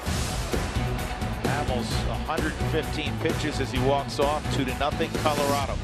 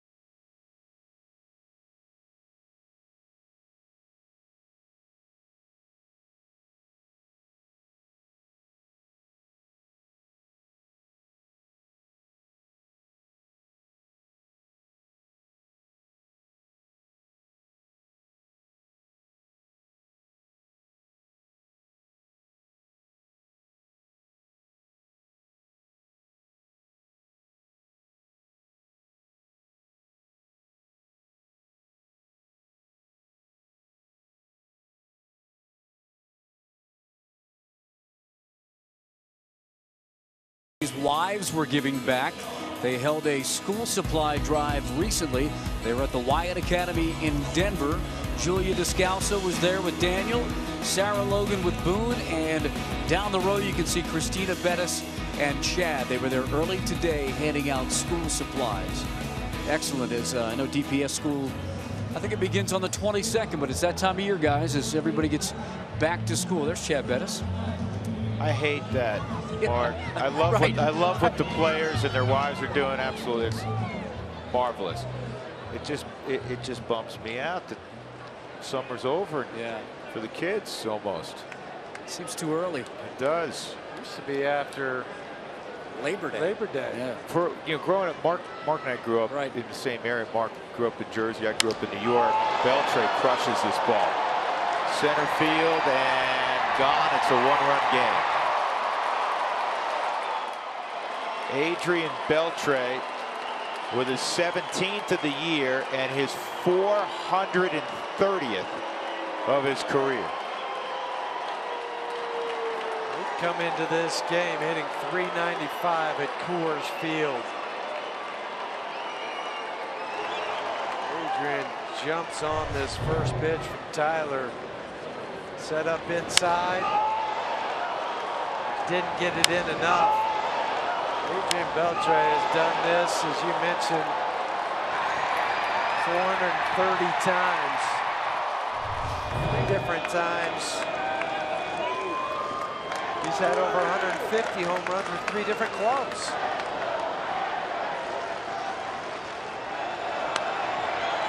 Next pitch is popped up by Odor, who has a lot of power himself. 2-1 after the home run by Beltre, visiting with Ian Desmond on the Rangers bench. With that 430 career home runs, that's 47th all time, just one behind Cal Ripken. When you look at his numbers, 284 lifetime average, 430 home runs, over 1,500 RBIs. He's 21 doubles shy of 600 doubles. And he's been one of the premier third basemen in the game defensively for 2 decades. Look at his hit total. And yeah, I didn't even mention that. He's closing in on 3,000 hits. Adrian Beltre said this a year ago in the Twitter universe. People are saying, no, he's not a first ballot Hall of Famer. Oh, they get on you about everything, right? Right. He said he's a first ballot Hall of Famer.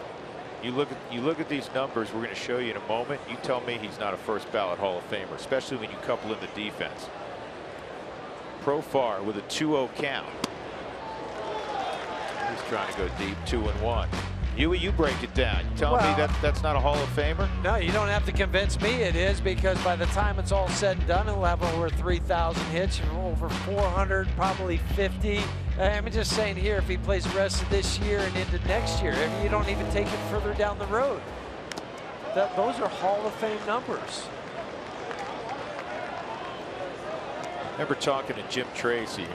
Had a number of conversations about Beltre with Tracy, the former Rockies manager, former Dodger manager, who had Adrian, and he would go on and on about what a wonderful person and obviously player Adrian Beltre was, one of his all-time favorites.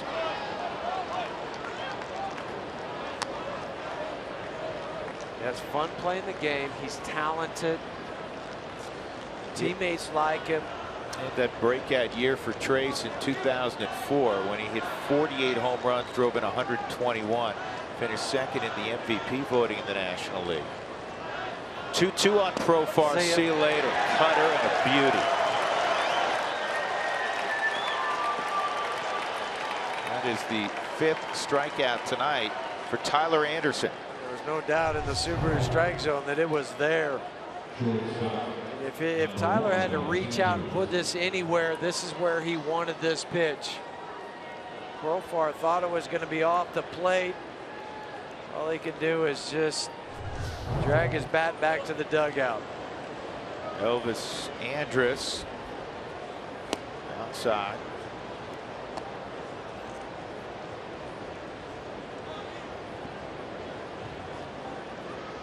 Go to a pinch hitter if Andrus reaches.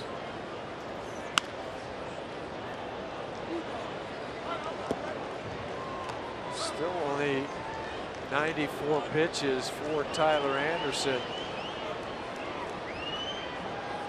High this year is 106, and that was June 29th against Toronto. Also looking to match his career high in innings after this. Get off me. That's a fair ball. Nolan flips it across. In the inning, Adrian Beltre hit one over the center field wall. It's now a 2-1 ball game, middle of 7.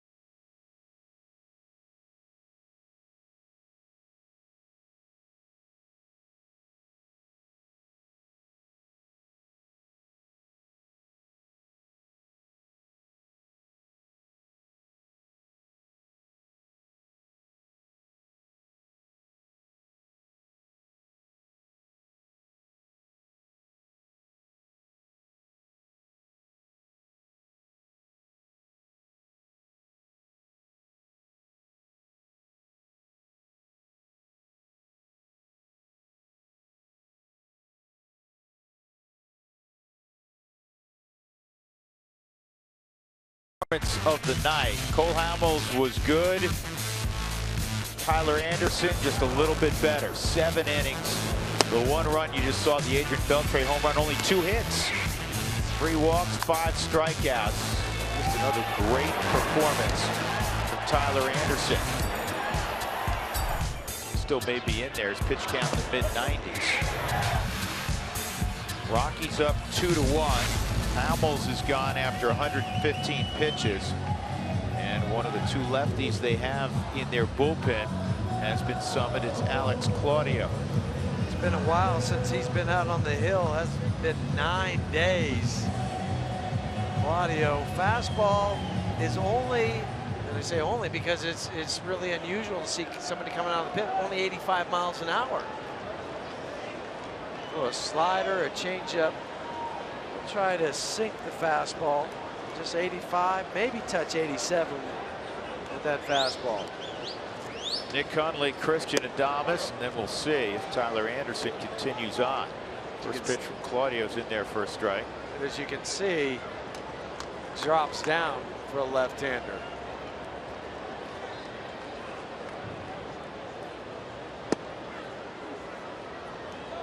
Weird. Eavesdropping on the Rockies dugout, and Anderson has his batting gloves on.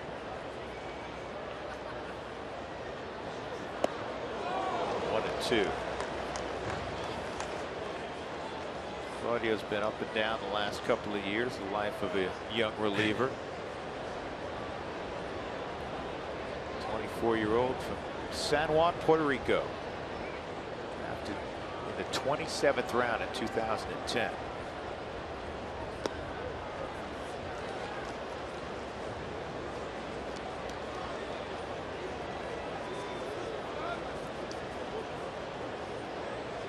Spent some time in Round Rock, which is the AAA affiliate of the Rangers.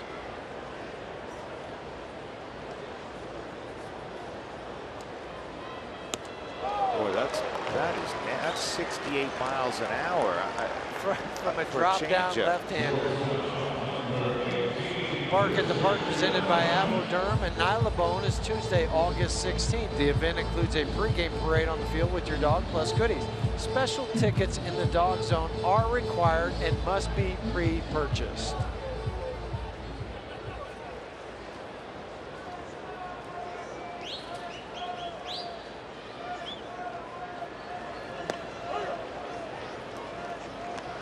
Here's Anderson. The Rockies, you're not going to use Walters, have really only one guy left. That's Descalso. Dahl came in last inning to play left field for Rayburn. Defensive substitution.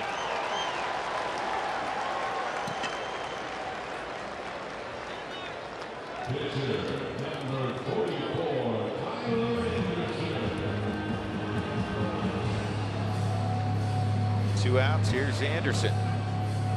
What a job. His 11th big league start.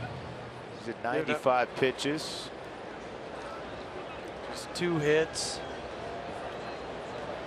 Rockies have Boone Logan up and Ottavino.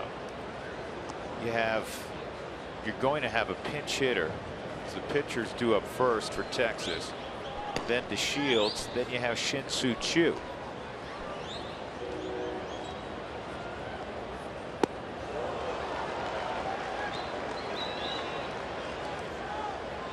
Oh, 2. Tyler saying, I thought Cole Hamels was bad. This guy's real tough on left-handers.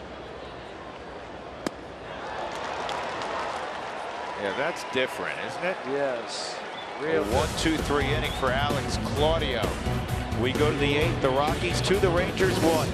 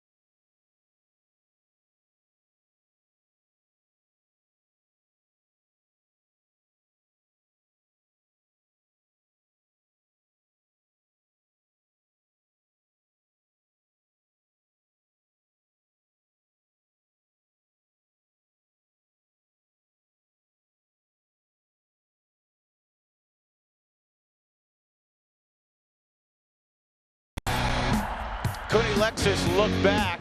It's been a pitcher's duel.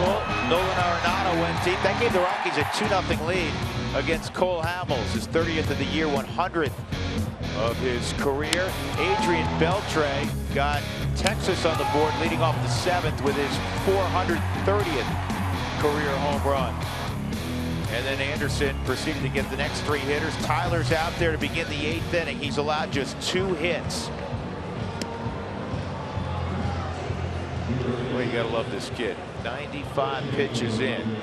7 innings last time, 7 innings tonight. Economical with his pitches. I think this is all a ruse, though. I think once they announce the pinch hitter, yeah, you're right. They're going to go to the bullpen and bring in Otto. So Rua was announced. And now Walt will take the baseball from Anderson, and he'll give him a big pat on the back, because that is one heck of a performance again. Anderson, the former #1 out of Oregon, the political science major.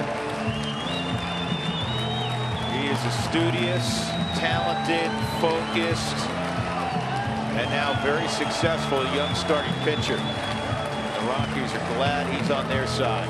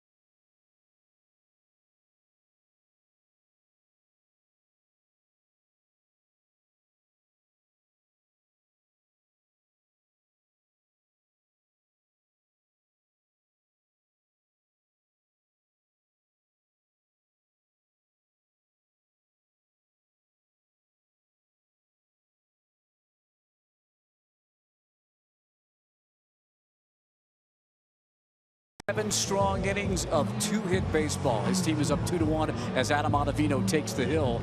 Otto's got himself a scoreless inning streak that dates back to September of 2014. That's active streaks within the big leagues. You see where he's at, 25 1/3 atop that list. I asked him about being a perfectionist a few games back, and he said, I don't want anybody to get on, let alone score a run. Well, he's doing a pretty good job of that. He is, huh?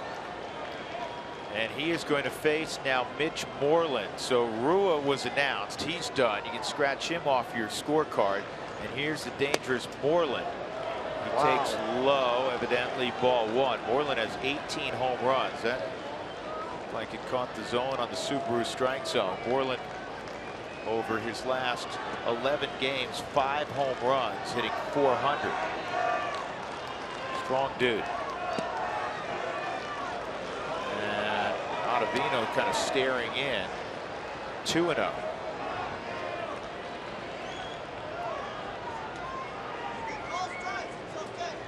Mark talked about all the glowing numbers from Otto.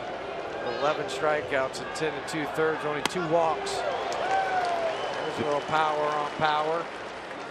Big hack, no baseball. 2-1.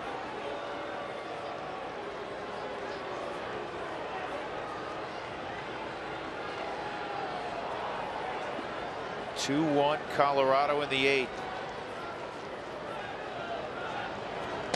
Yes, he 2-2. You need to check that out. Well, Carlos Beltran standing on deck too. Yeah, not even close. Delino DeShields scheduled, but the veteran Beltran's back there. This is the center field. And a nice catch out there by Blackman. 1 out. Excellent read by Charlie at center. Got it in just enough off the bat of Mitch Moreland. Not allow this ball to stay up that long. Had it starting to really die at the end. Charlie judges when to lay out at the right moment. Carlos Beltran takes strike 1. He just came from New York, having a really good year with the Yankees. So either you got moved or you retired, I guess, if you were in the Bronx.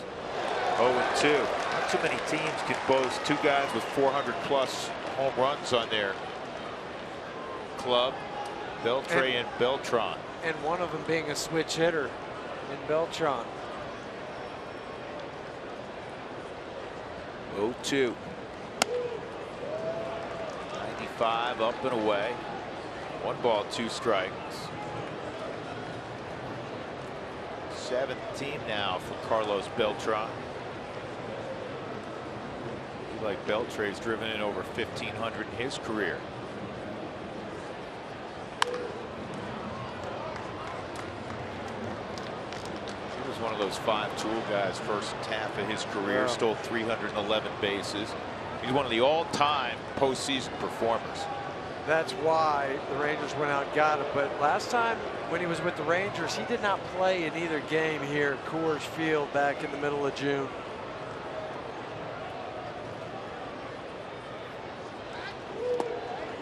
Two and two. Remember at the time he was dealing with the sore knee. Didn't want him running around in the outfield. He has 2,570 hits in his career. Just saw Ichiro yesterday get his 3,000. Start talking about the next group of players that could get there. Way inside, 3-2. Beltre signed on for 2 more years. He's next up. He's 121 hits away. I think he'll get there. Pujols, he signed for a number of years. He's 226 hits away. And then Beltran's next. 3-2. 3 on the right side, and he lost him.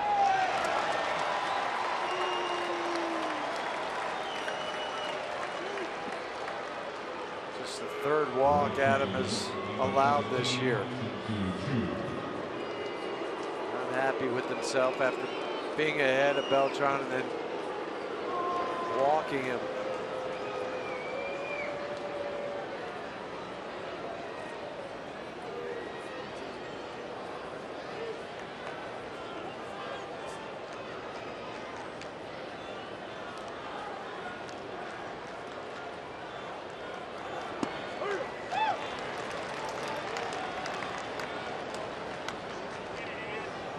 Quick strike on Chu. 0 for 2 and a walk.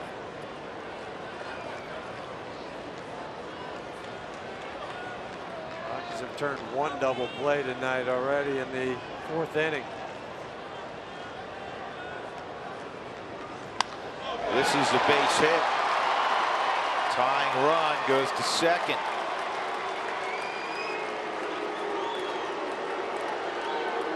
That'll bring up Desmond.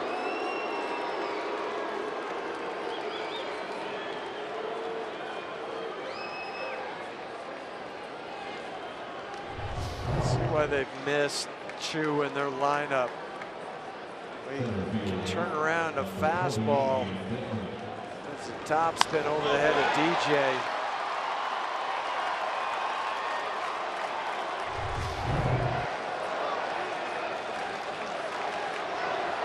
You know, the Rockies fans trying to drown out the Ranger fans. We were surprised. There's a number of Ranger fans here. Yeah, a lot of red tonight.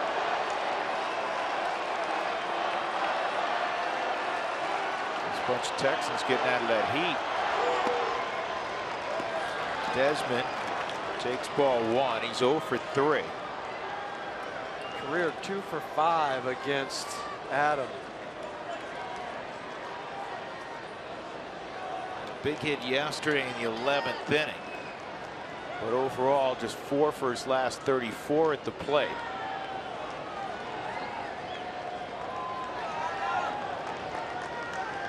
13 strikeouts during that time.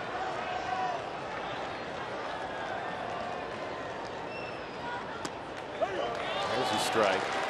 These are the games that the Rockies, unfortunately, have not excelled in, but need to in the final couple of months. These tight games. And it's one of the reasons the Rangers are up by 7 games in the West. They're the best team in baseball in 1-run games, 24-8. 750 winning percentage. Ground ball to 3rd. I don't know if it's hit hard enough to turn.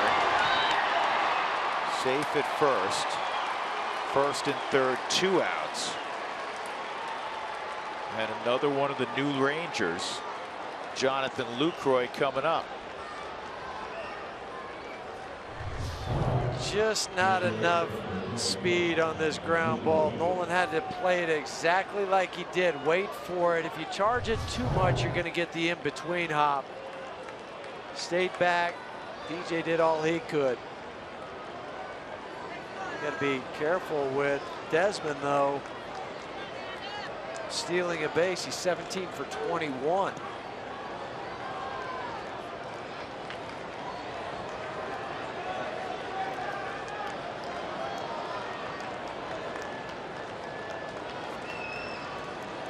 So Lucroy 0 for 3 tonight. He's hit 3 home runs in his first 6 games in a Rangers uniform.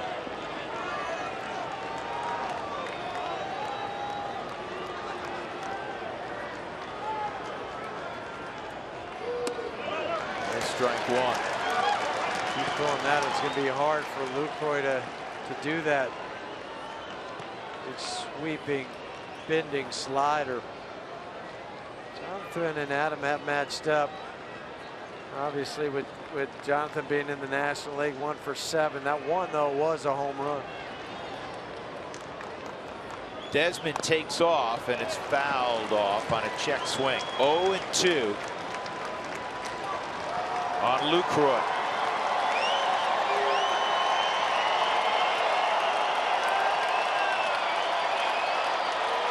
See if Nick pops out and gives a different sign of what they're going to do, where they'll even throw the baseball down to second if he takes off. I wouldn't. I'd just eat it.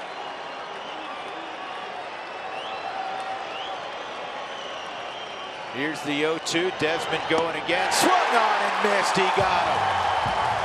Ottavino works out of it. And the Rockies continue to lead 2-1.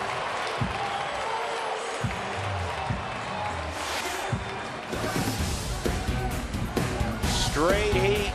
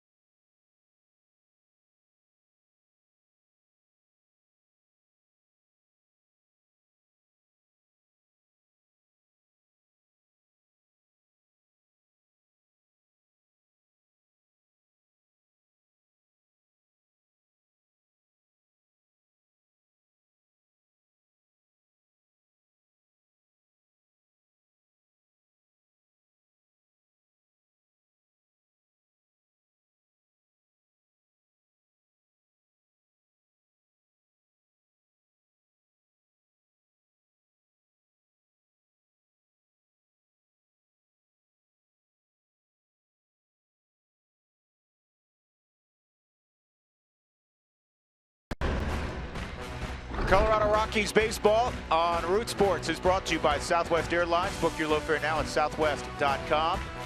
And by Wells Fargo. Wells Fargo customers get your 2-for-1 club level tickets by visiting wellsfargo.com/Rockies. What a big strikeout by Adam Ottavino. And he gets a big hug from Tyler Anderson. Runners left at first and third. Bottom of the 8th inning, top of the order. Blackman is up with the Rockies ahead 2-1 against Keone Kela. The first pitch from Kela misses. Ball 1. Kela had 23-year-old from Los Angeles. Had elbow surgery back in April. Just came off the 60-day DL. Had some bone spurs removed. Fastball's fouled off. Jurickson Profar goes from first base to left field. DeShields was pinch hit for. Mitch Moreland stays in the game at first. Keller, born in Los Angeles, grew up in the Pacific Northwest. Drafted out of Everett Community College in Everett, Washington. And fastball at 97. Misses. Looked like he has any problems recovering from that elbow surgery. Still throwing 97 miles an hour. Right. It's hitting 172. Left-handers 136. Right-handers 194. 3-1. Keller was a 12th round pick 4 years ago by the Rangers. Made his debut at 21. They move you along pretty quick if you can throw strikes in the upper 90s.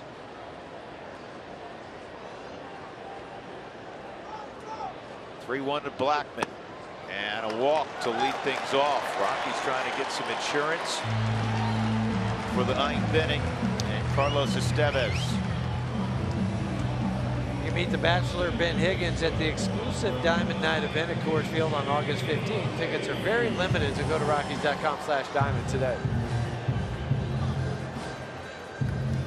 Build a run here, Huey? Yes, most definitely.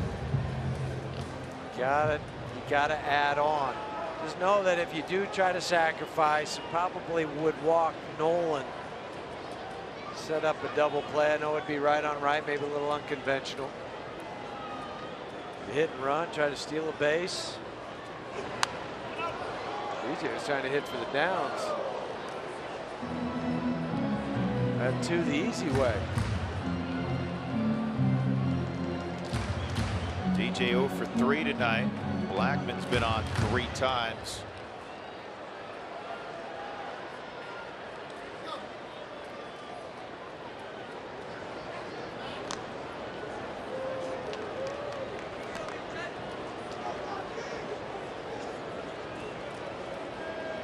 DJ 6 for 10 in that Miami series. Chad, I hope you're right. It does have a special feel to it. Tell you what, a special clubhouse. There's the bunt. DJ gets the sack down, and Blackman in scoring position.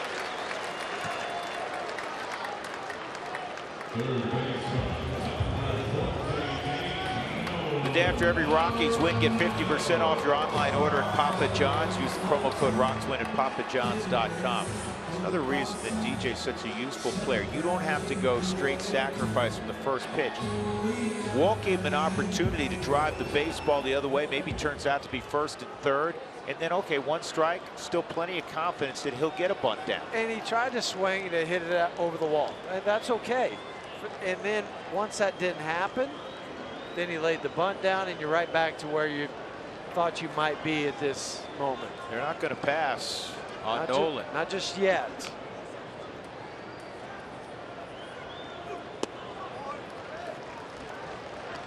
All they have to do is remember back to the 4th inning what he did to Cole Hamels, taking this pitch deep. Put the Rockies up 2-0 at the time. Such a good piece of hitting to pull those hands in against that cutter. So it's one of the hardest things to do, but it's imperative that you do it. Pull the hands into the cut fastball. How many are strong enough, though, to do all that and then hit it 430? It's a dead center field. Not many guys, because your bat path's going to be changed if you try to do it too much.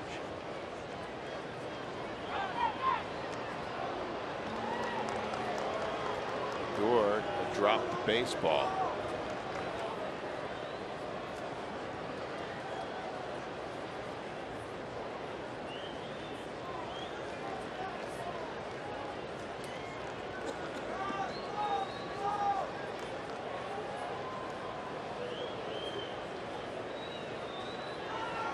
Here's the 1-0 to Nolan.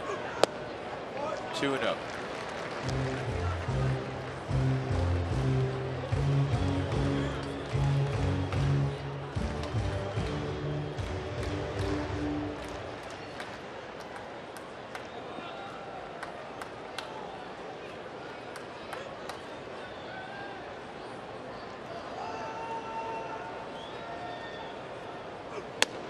3-0.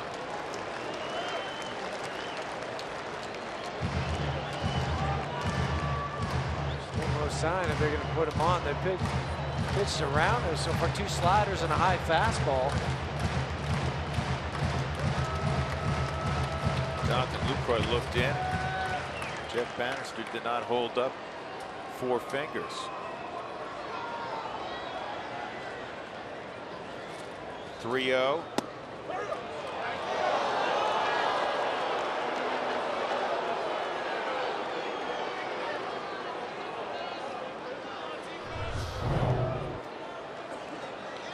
That's a good decision by Nolan. Yeah, it's he not would. a pitch you want to swing at. Remember the other day he swung 3-0, almost grounded into that double play, just threw it away by D. Gordon.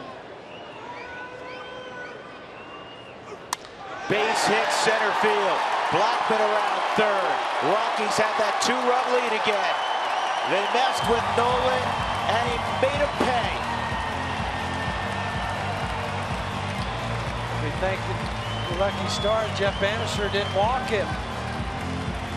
You get the leadoff walk, the sacrifice bunt.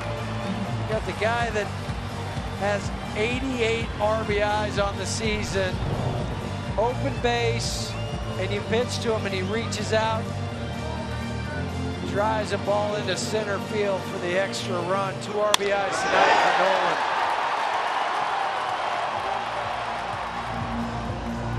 .30 home runs, now 89 driven in, and that is a big run. 3-1 Colorado. 1 out, Gerardo Parra comes up.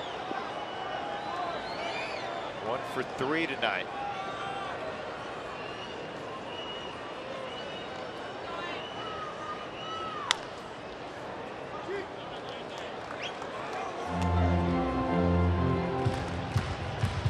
Last year was terrific for the Rangers. Appeared in 68 games at a .239 earned run average. In 60 1/3, he struck out 68. Tell by the arm, 97, 98 on the fastball. Hard slider. Parra drives this to center, but it's right at Desmond. 2 outs. That'll bring up Mark Reynolds. First baseman, number 12.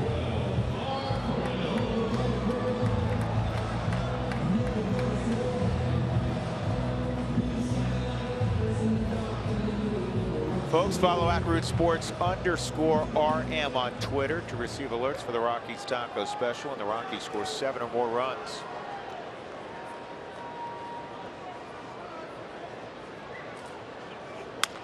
Reynolds on the ground to Beltran. That'll end the inning. We'll go to the 9th. The Rockies need 3 more outs. They're up 3-1 on Texas.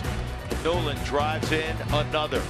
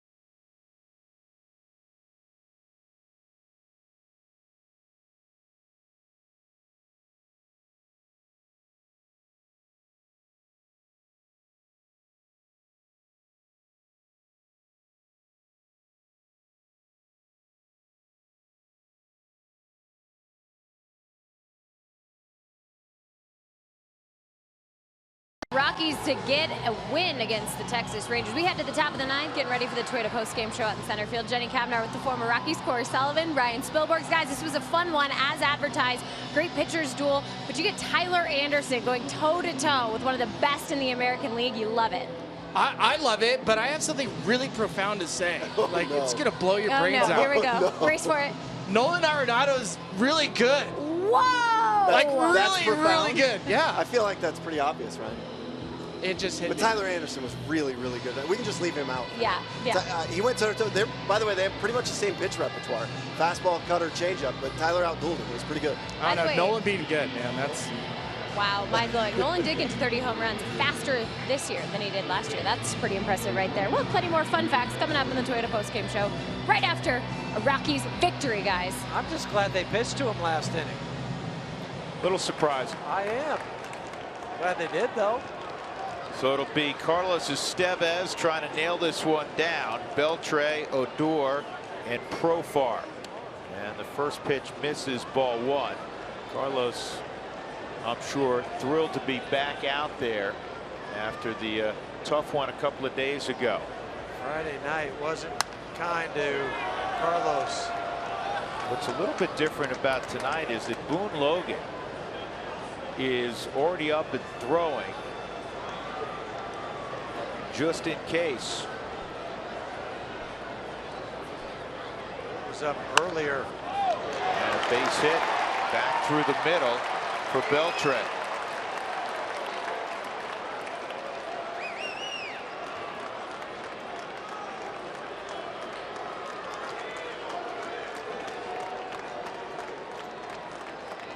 Adrian Beltre made a career of base hits and home runs. This time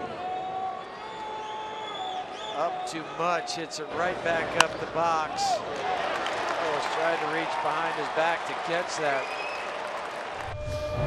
Be careful of Rugnet. 21 home runs on the season. Don't be fooled by his size.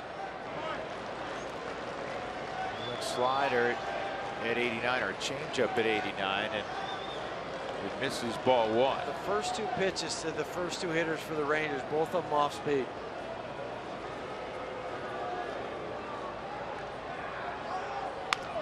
Ground ball, diving stop, Reynolds, and he got the force. That was big. That was really big. Nice play by Mark Reynolds. And how about the range from Mark? How far he came off and where he was when he caught this baseball. Look at the dive. He's a good 22 feet away from first base. Lays out parallel to the ground. Knows he has time to get it because Beltre is right in front of him, and he's not going to get to second base. Huey, he's done it all year. Yes. He has really played an outstanding first base. Jerks and Profar at the plate, 0 for 3. Now Odor at first. 1 out, 3-1 Colorado. We're in the 9th. And Estevez with the heater at 97, too tall.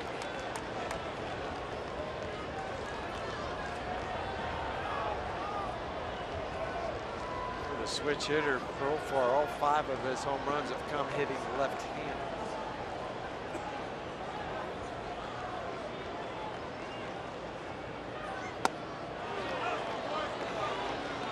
It's 2-0. That's what happened to Carlos the other night when he blew the save on Friday, gave up 4 runs. He was behind in counts. He did not have command. Started off with the first 4 pitches was went high and wide. Left-handed hitter.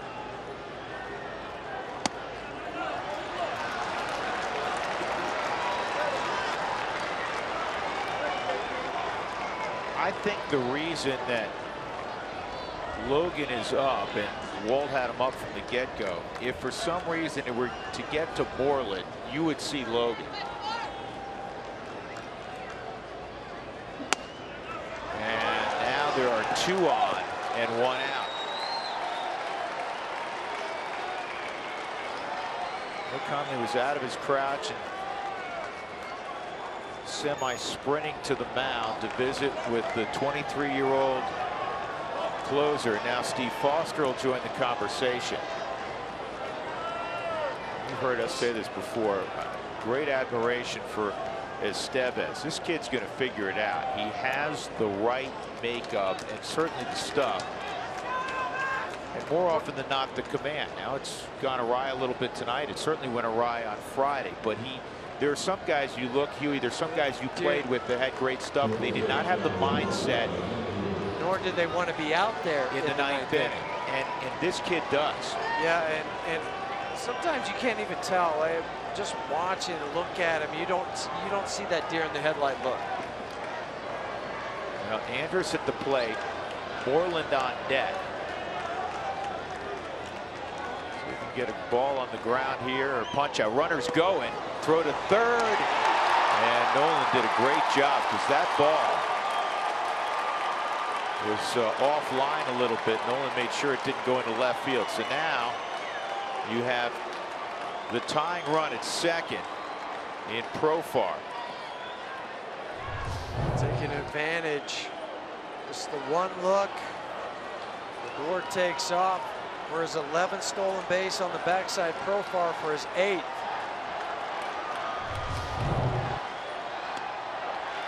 There's a strike. It's 1-1. We're talking about Boone Logan and Mitch Moreland. Don't forget after that, probably go to Mazzara, the other left-hander they have on their bench.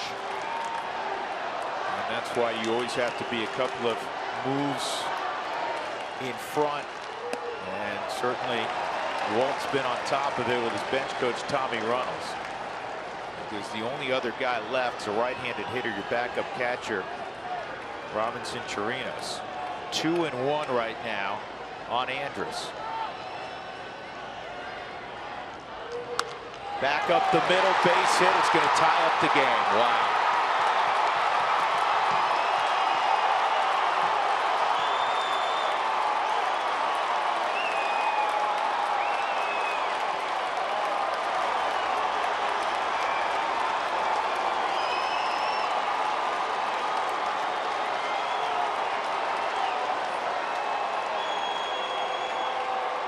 Stunned here is looking down at the Rockies bench. A stolen base come back. That was a changeup up to Andrus. 48 RBIs on the season. Back-to-back appearances now for Carlos. It's too bad for Tyler Anderson after the night he had. It's a long walk again for Estevez. Boone Logan is in when we come back. 3-3.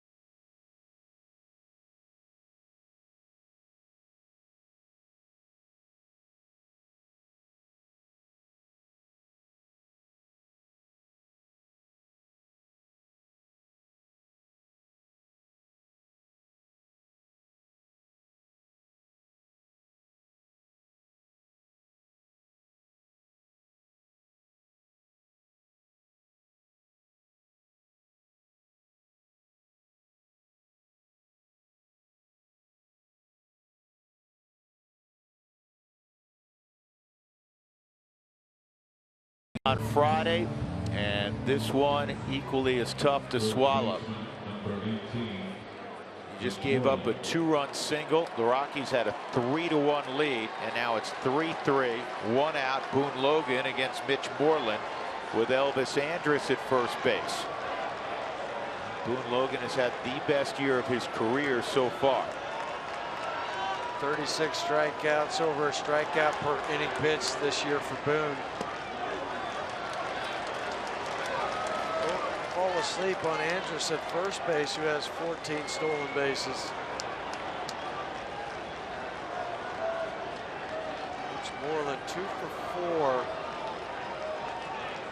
4 against Boone in his career.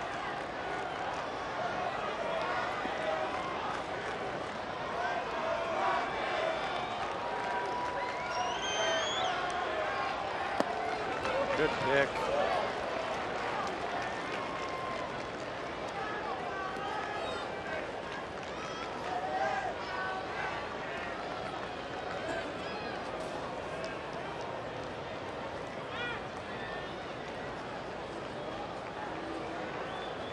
Oh no.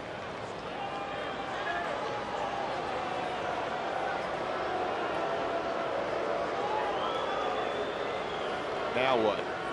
Exactly.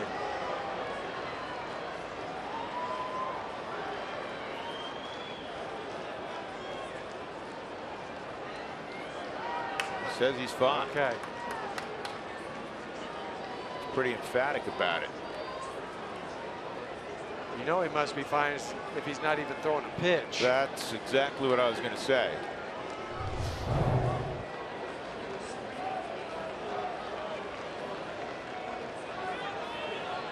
Really see anything if there's any slippage. 1-1 on Moreland.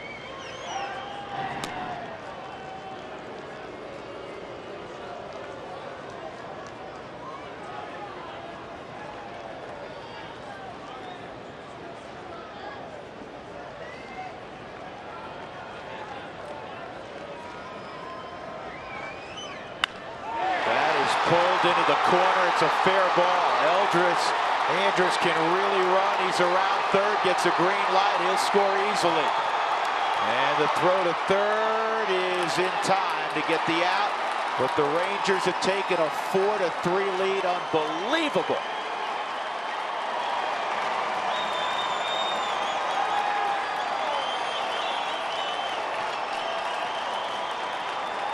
Three runs in the top of the ninth. Mitch Moreland left on left. He's 3 for 5 against Boone. Just yanks it on a hanging slider. Nowhere near where Boone wanted that. Down into the right field corner. Andrus being waved the whole way by Spike Owen. The relay throw comes into DJ. DJ throws it over to Nolan to get that runner, but still, man, what a sequence of events this inning. It's not just this inning. It goes back to Friday night when the Rockies had the 3-1 lead in that opening game against Miami and kicked it away. And now they're going to have to rally in the bottom of the ninth. Down a run. Nomar Mazara, one of the top rookies in the American League. He has a slew of home runs also, not starting tonight. Mazara with 13 home runs, 43 driven in.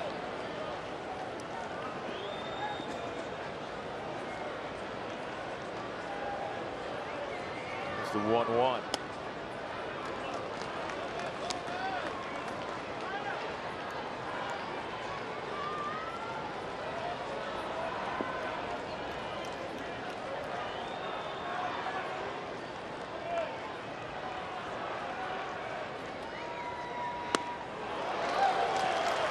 Two and two. The Rockies in the bottom of the ninth have Rayburn, Hundley, Adames. Or excuse me, Rayburn's out of the game. Let me correct that. They have Ryan Dahl leading off. David Dahl. How about Ryan Rayburn? Trying to combine guys now. David Dahl, Nick Hundley, Christian Adames. Jake Diekman is warming up for Texas. An awful ninth inning again for the Rockies. They give up 3. And now they have to go to work offensively. 4-3 Texas.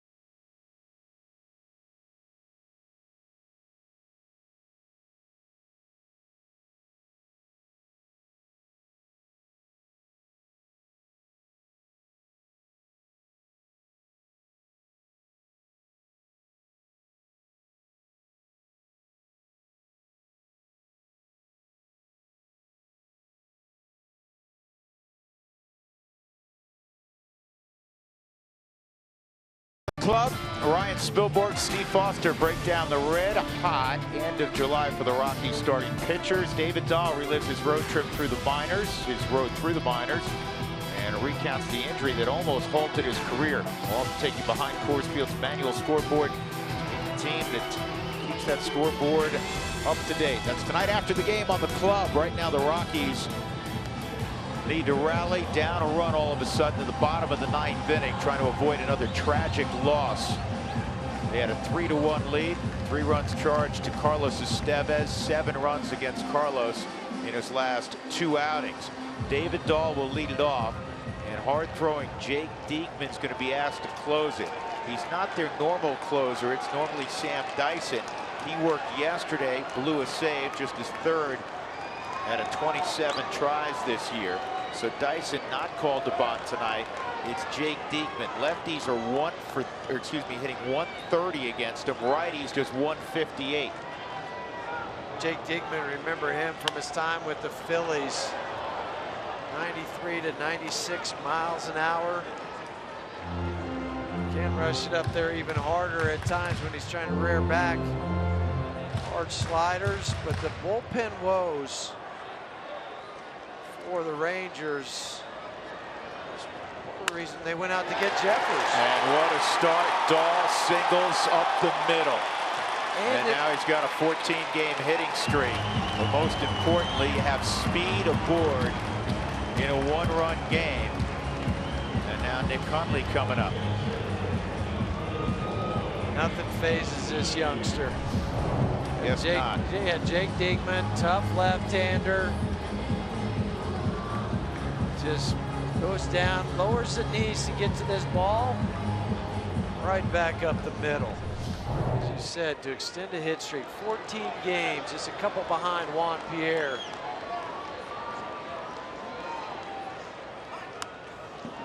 Nick puts that bunt down, foul. The Rockies have Daniel Descalso available. This is where the fact that the fact that Cargo had to exit the game very early on without taking it back because the ankle was inflamed. Well, and he also had hurt the other day. Start all the right. He had to start Rayburn because of Cole Hamels, who started the game. So you had no lefties on the, or no right-handers on the bench, all left-handers. So it's another reason that Jeff Bannister chose Diekman.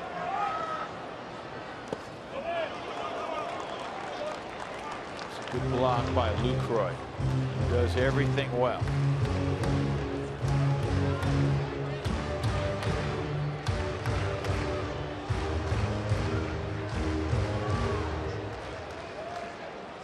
Rockies end up wasting a great outing by Tyler Anderson. 7 innings of 1-run, 2-hit baseball. Ottavino to follow him up with the 1 inning. The big strikeout to end the 8th inning of Lucroy.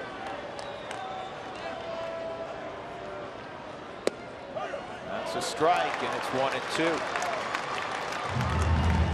There's only 2 other Rocky rookies to have thrown 7 innings or more, allowed 2 or fewer hits and 1 or fewer runs. Sean Chacon in 2001 against Seattle, and Denny Stark in 2002 against the Dodgers. And now tonight, Tyler Anderson. Still staying out here cheering on his teammates.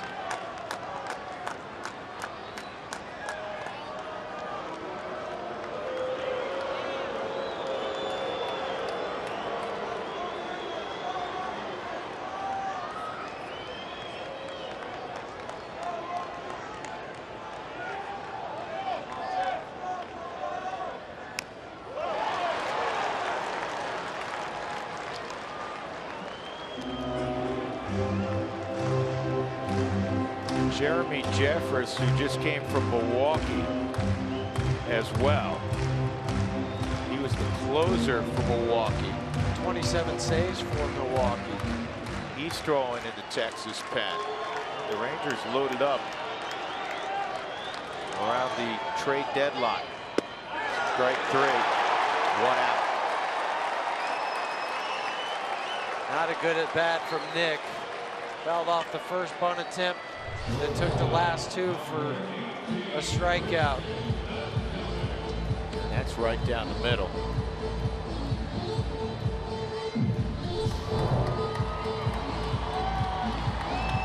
Adames tonight, a single and 3 trips.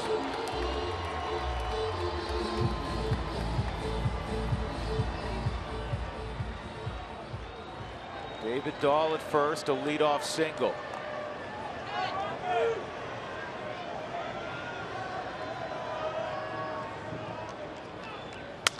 And this is a double play ball. And the Rockies have another punch in the gut loss. Friday against Miami, and now they start the new week blowing a 3-1 9th inning lead. The Rangers are now 25 in 8 one-run games. And the Rockies' record in one-run games drops to 8-14. I need not tell you how awful a loss that was. Kela gets the win. Estevez takes the loss. Diekman gets his 3rd save. And the Rockies drop to 55 and 57. The Rangers improved to 19 games above 500. They're 66 and 47. Flat stole the game here at Coors Field.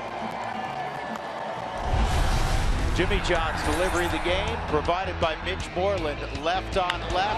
Hanging slider ripped into the corner against Boone Logan, who's owned lefties all year.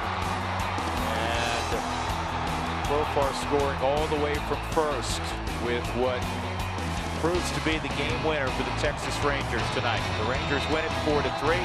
The Twitter postgame show will be next.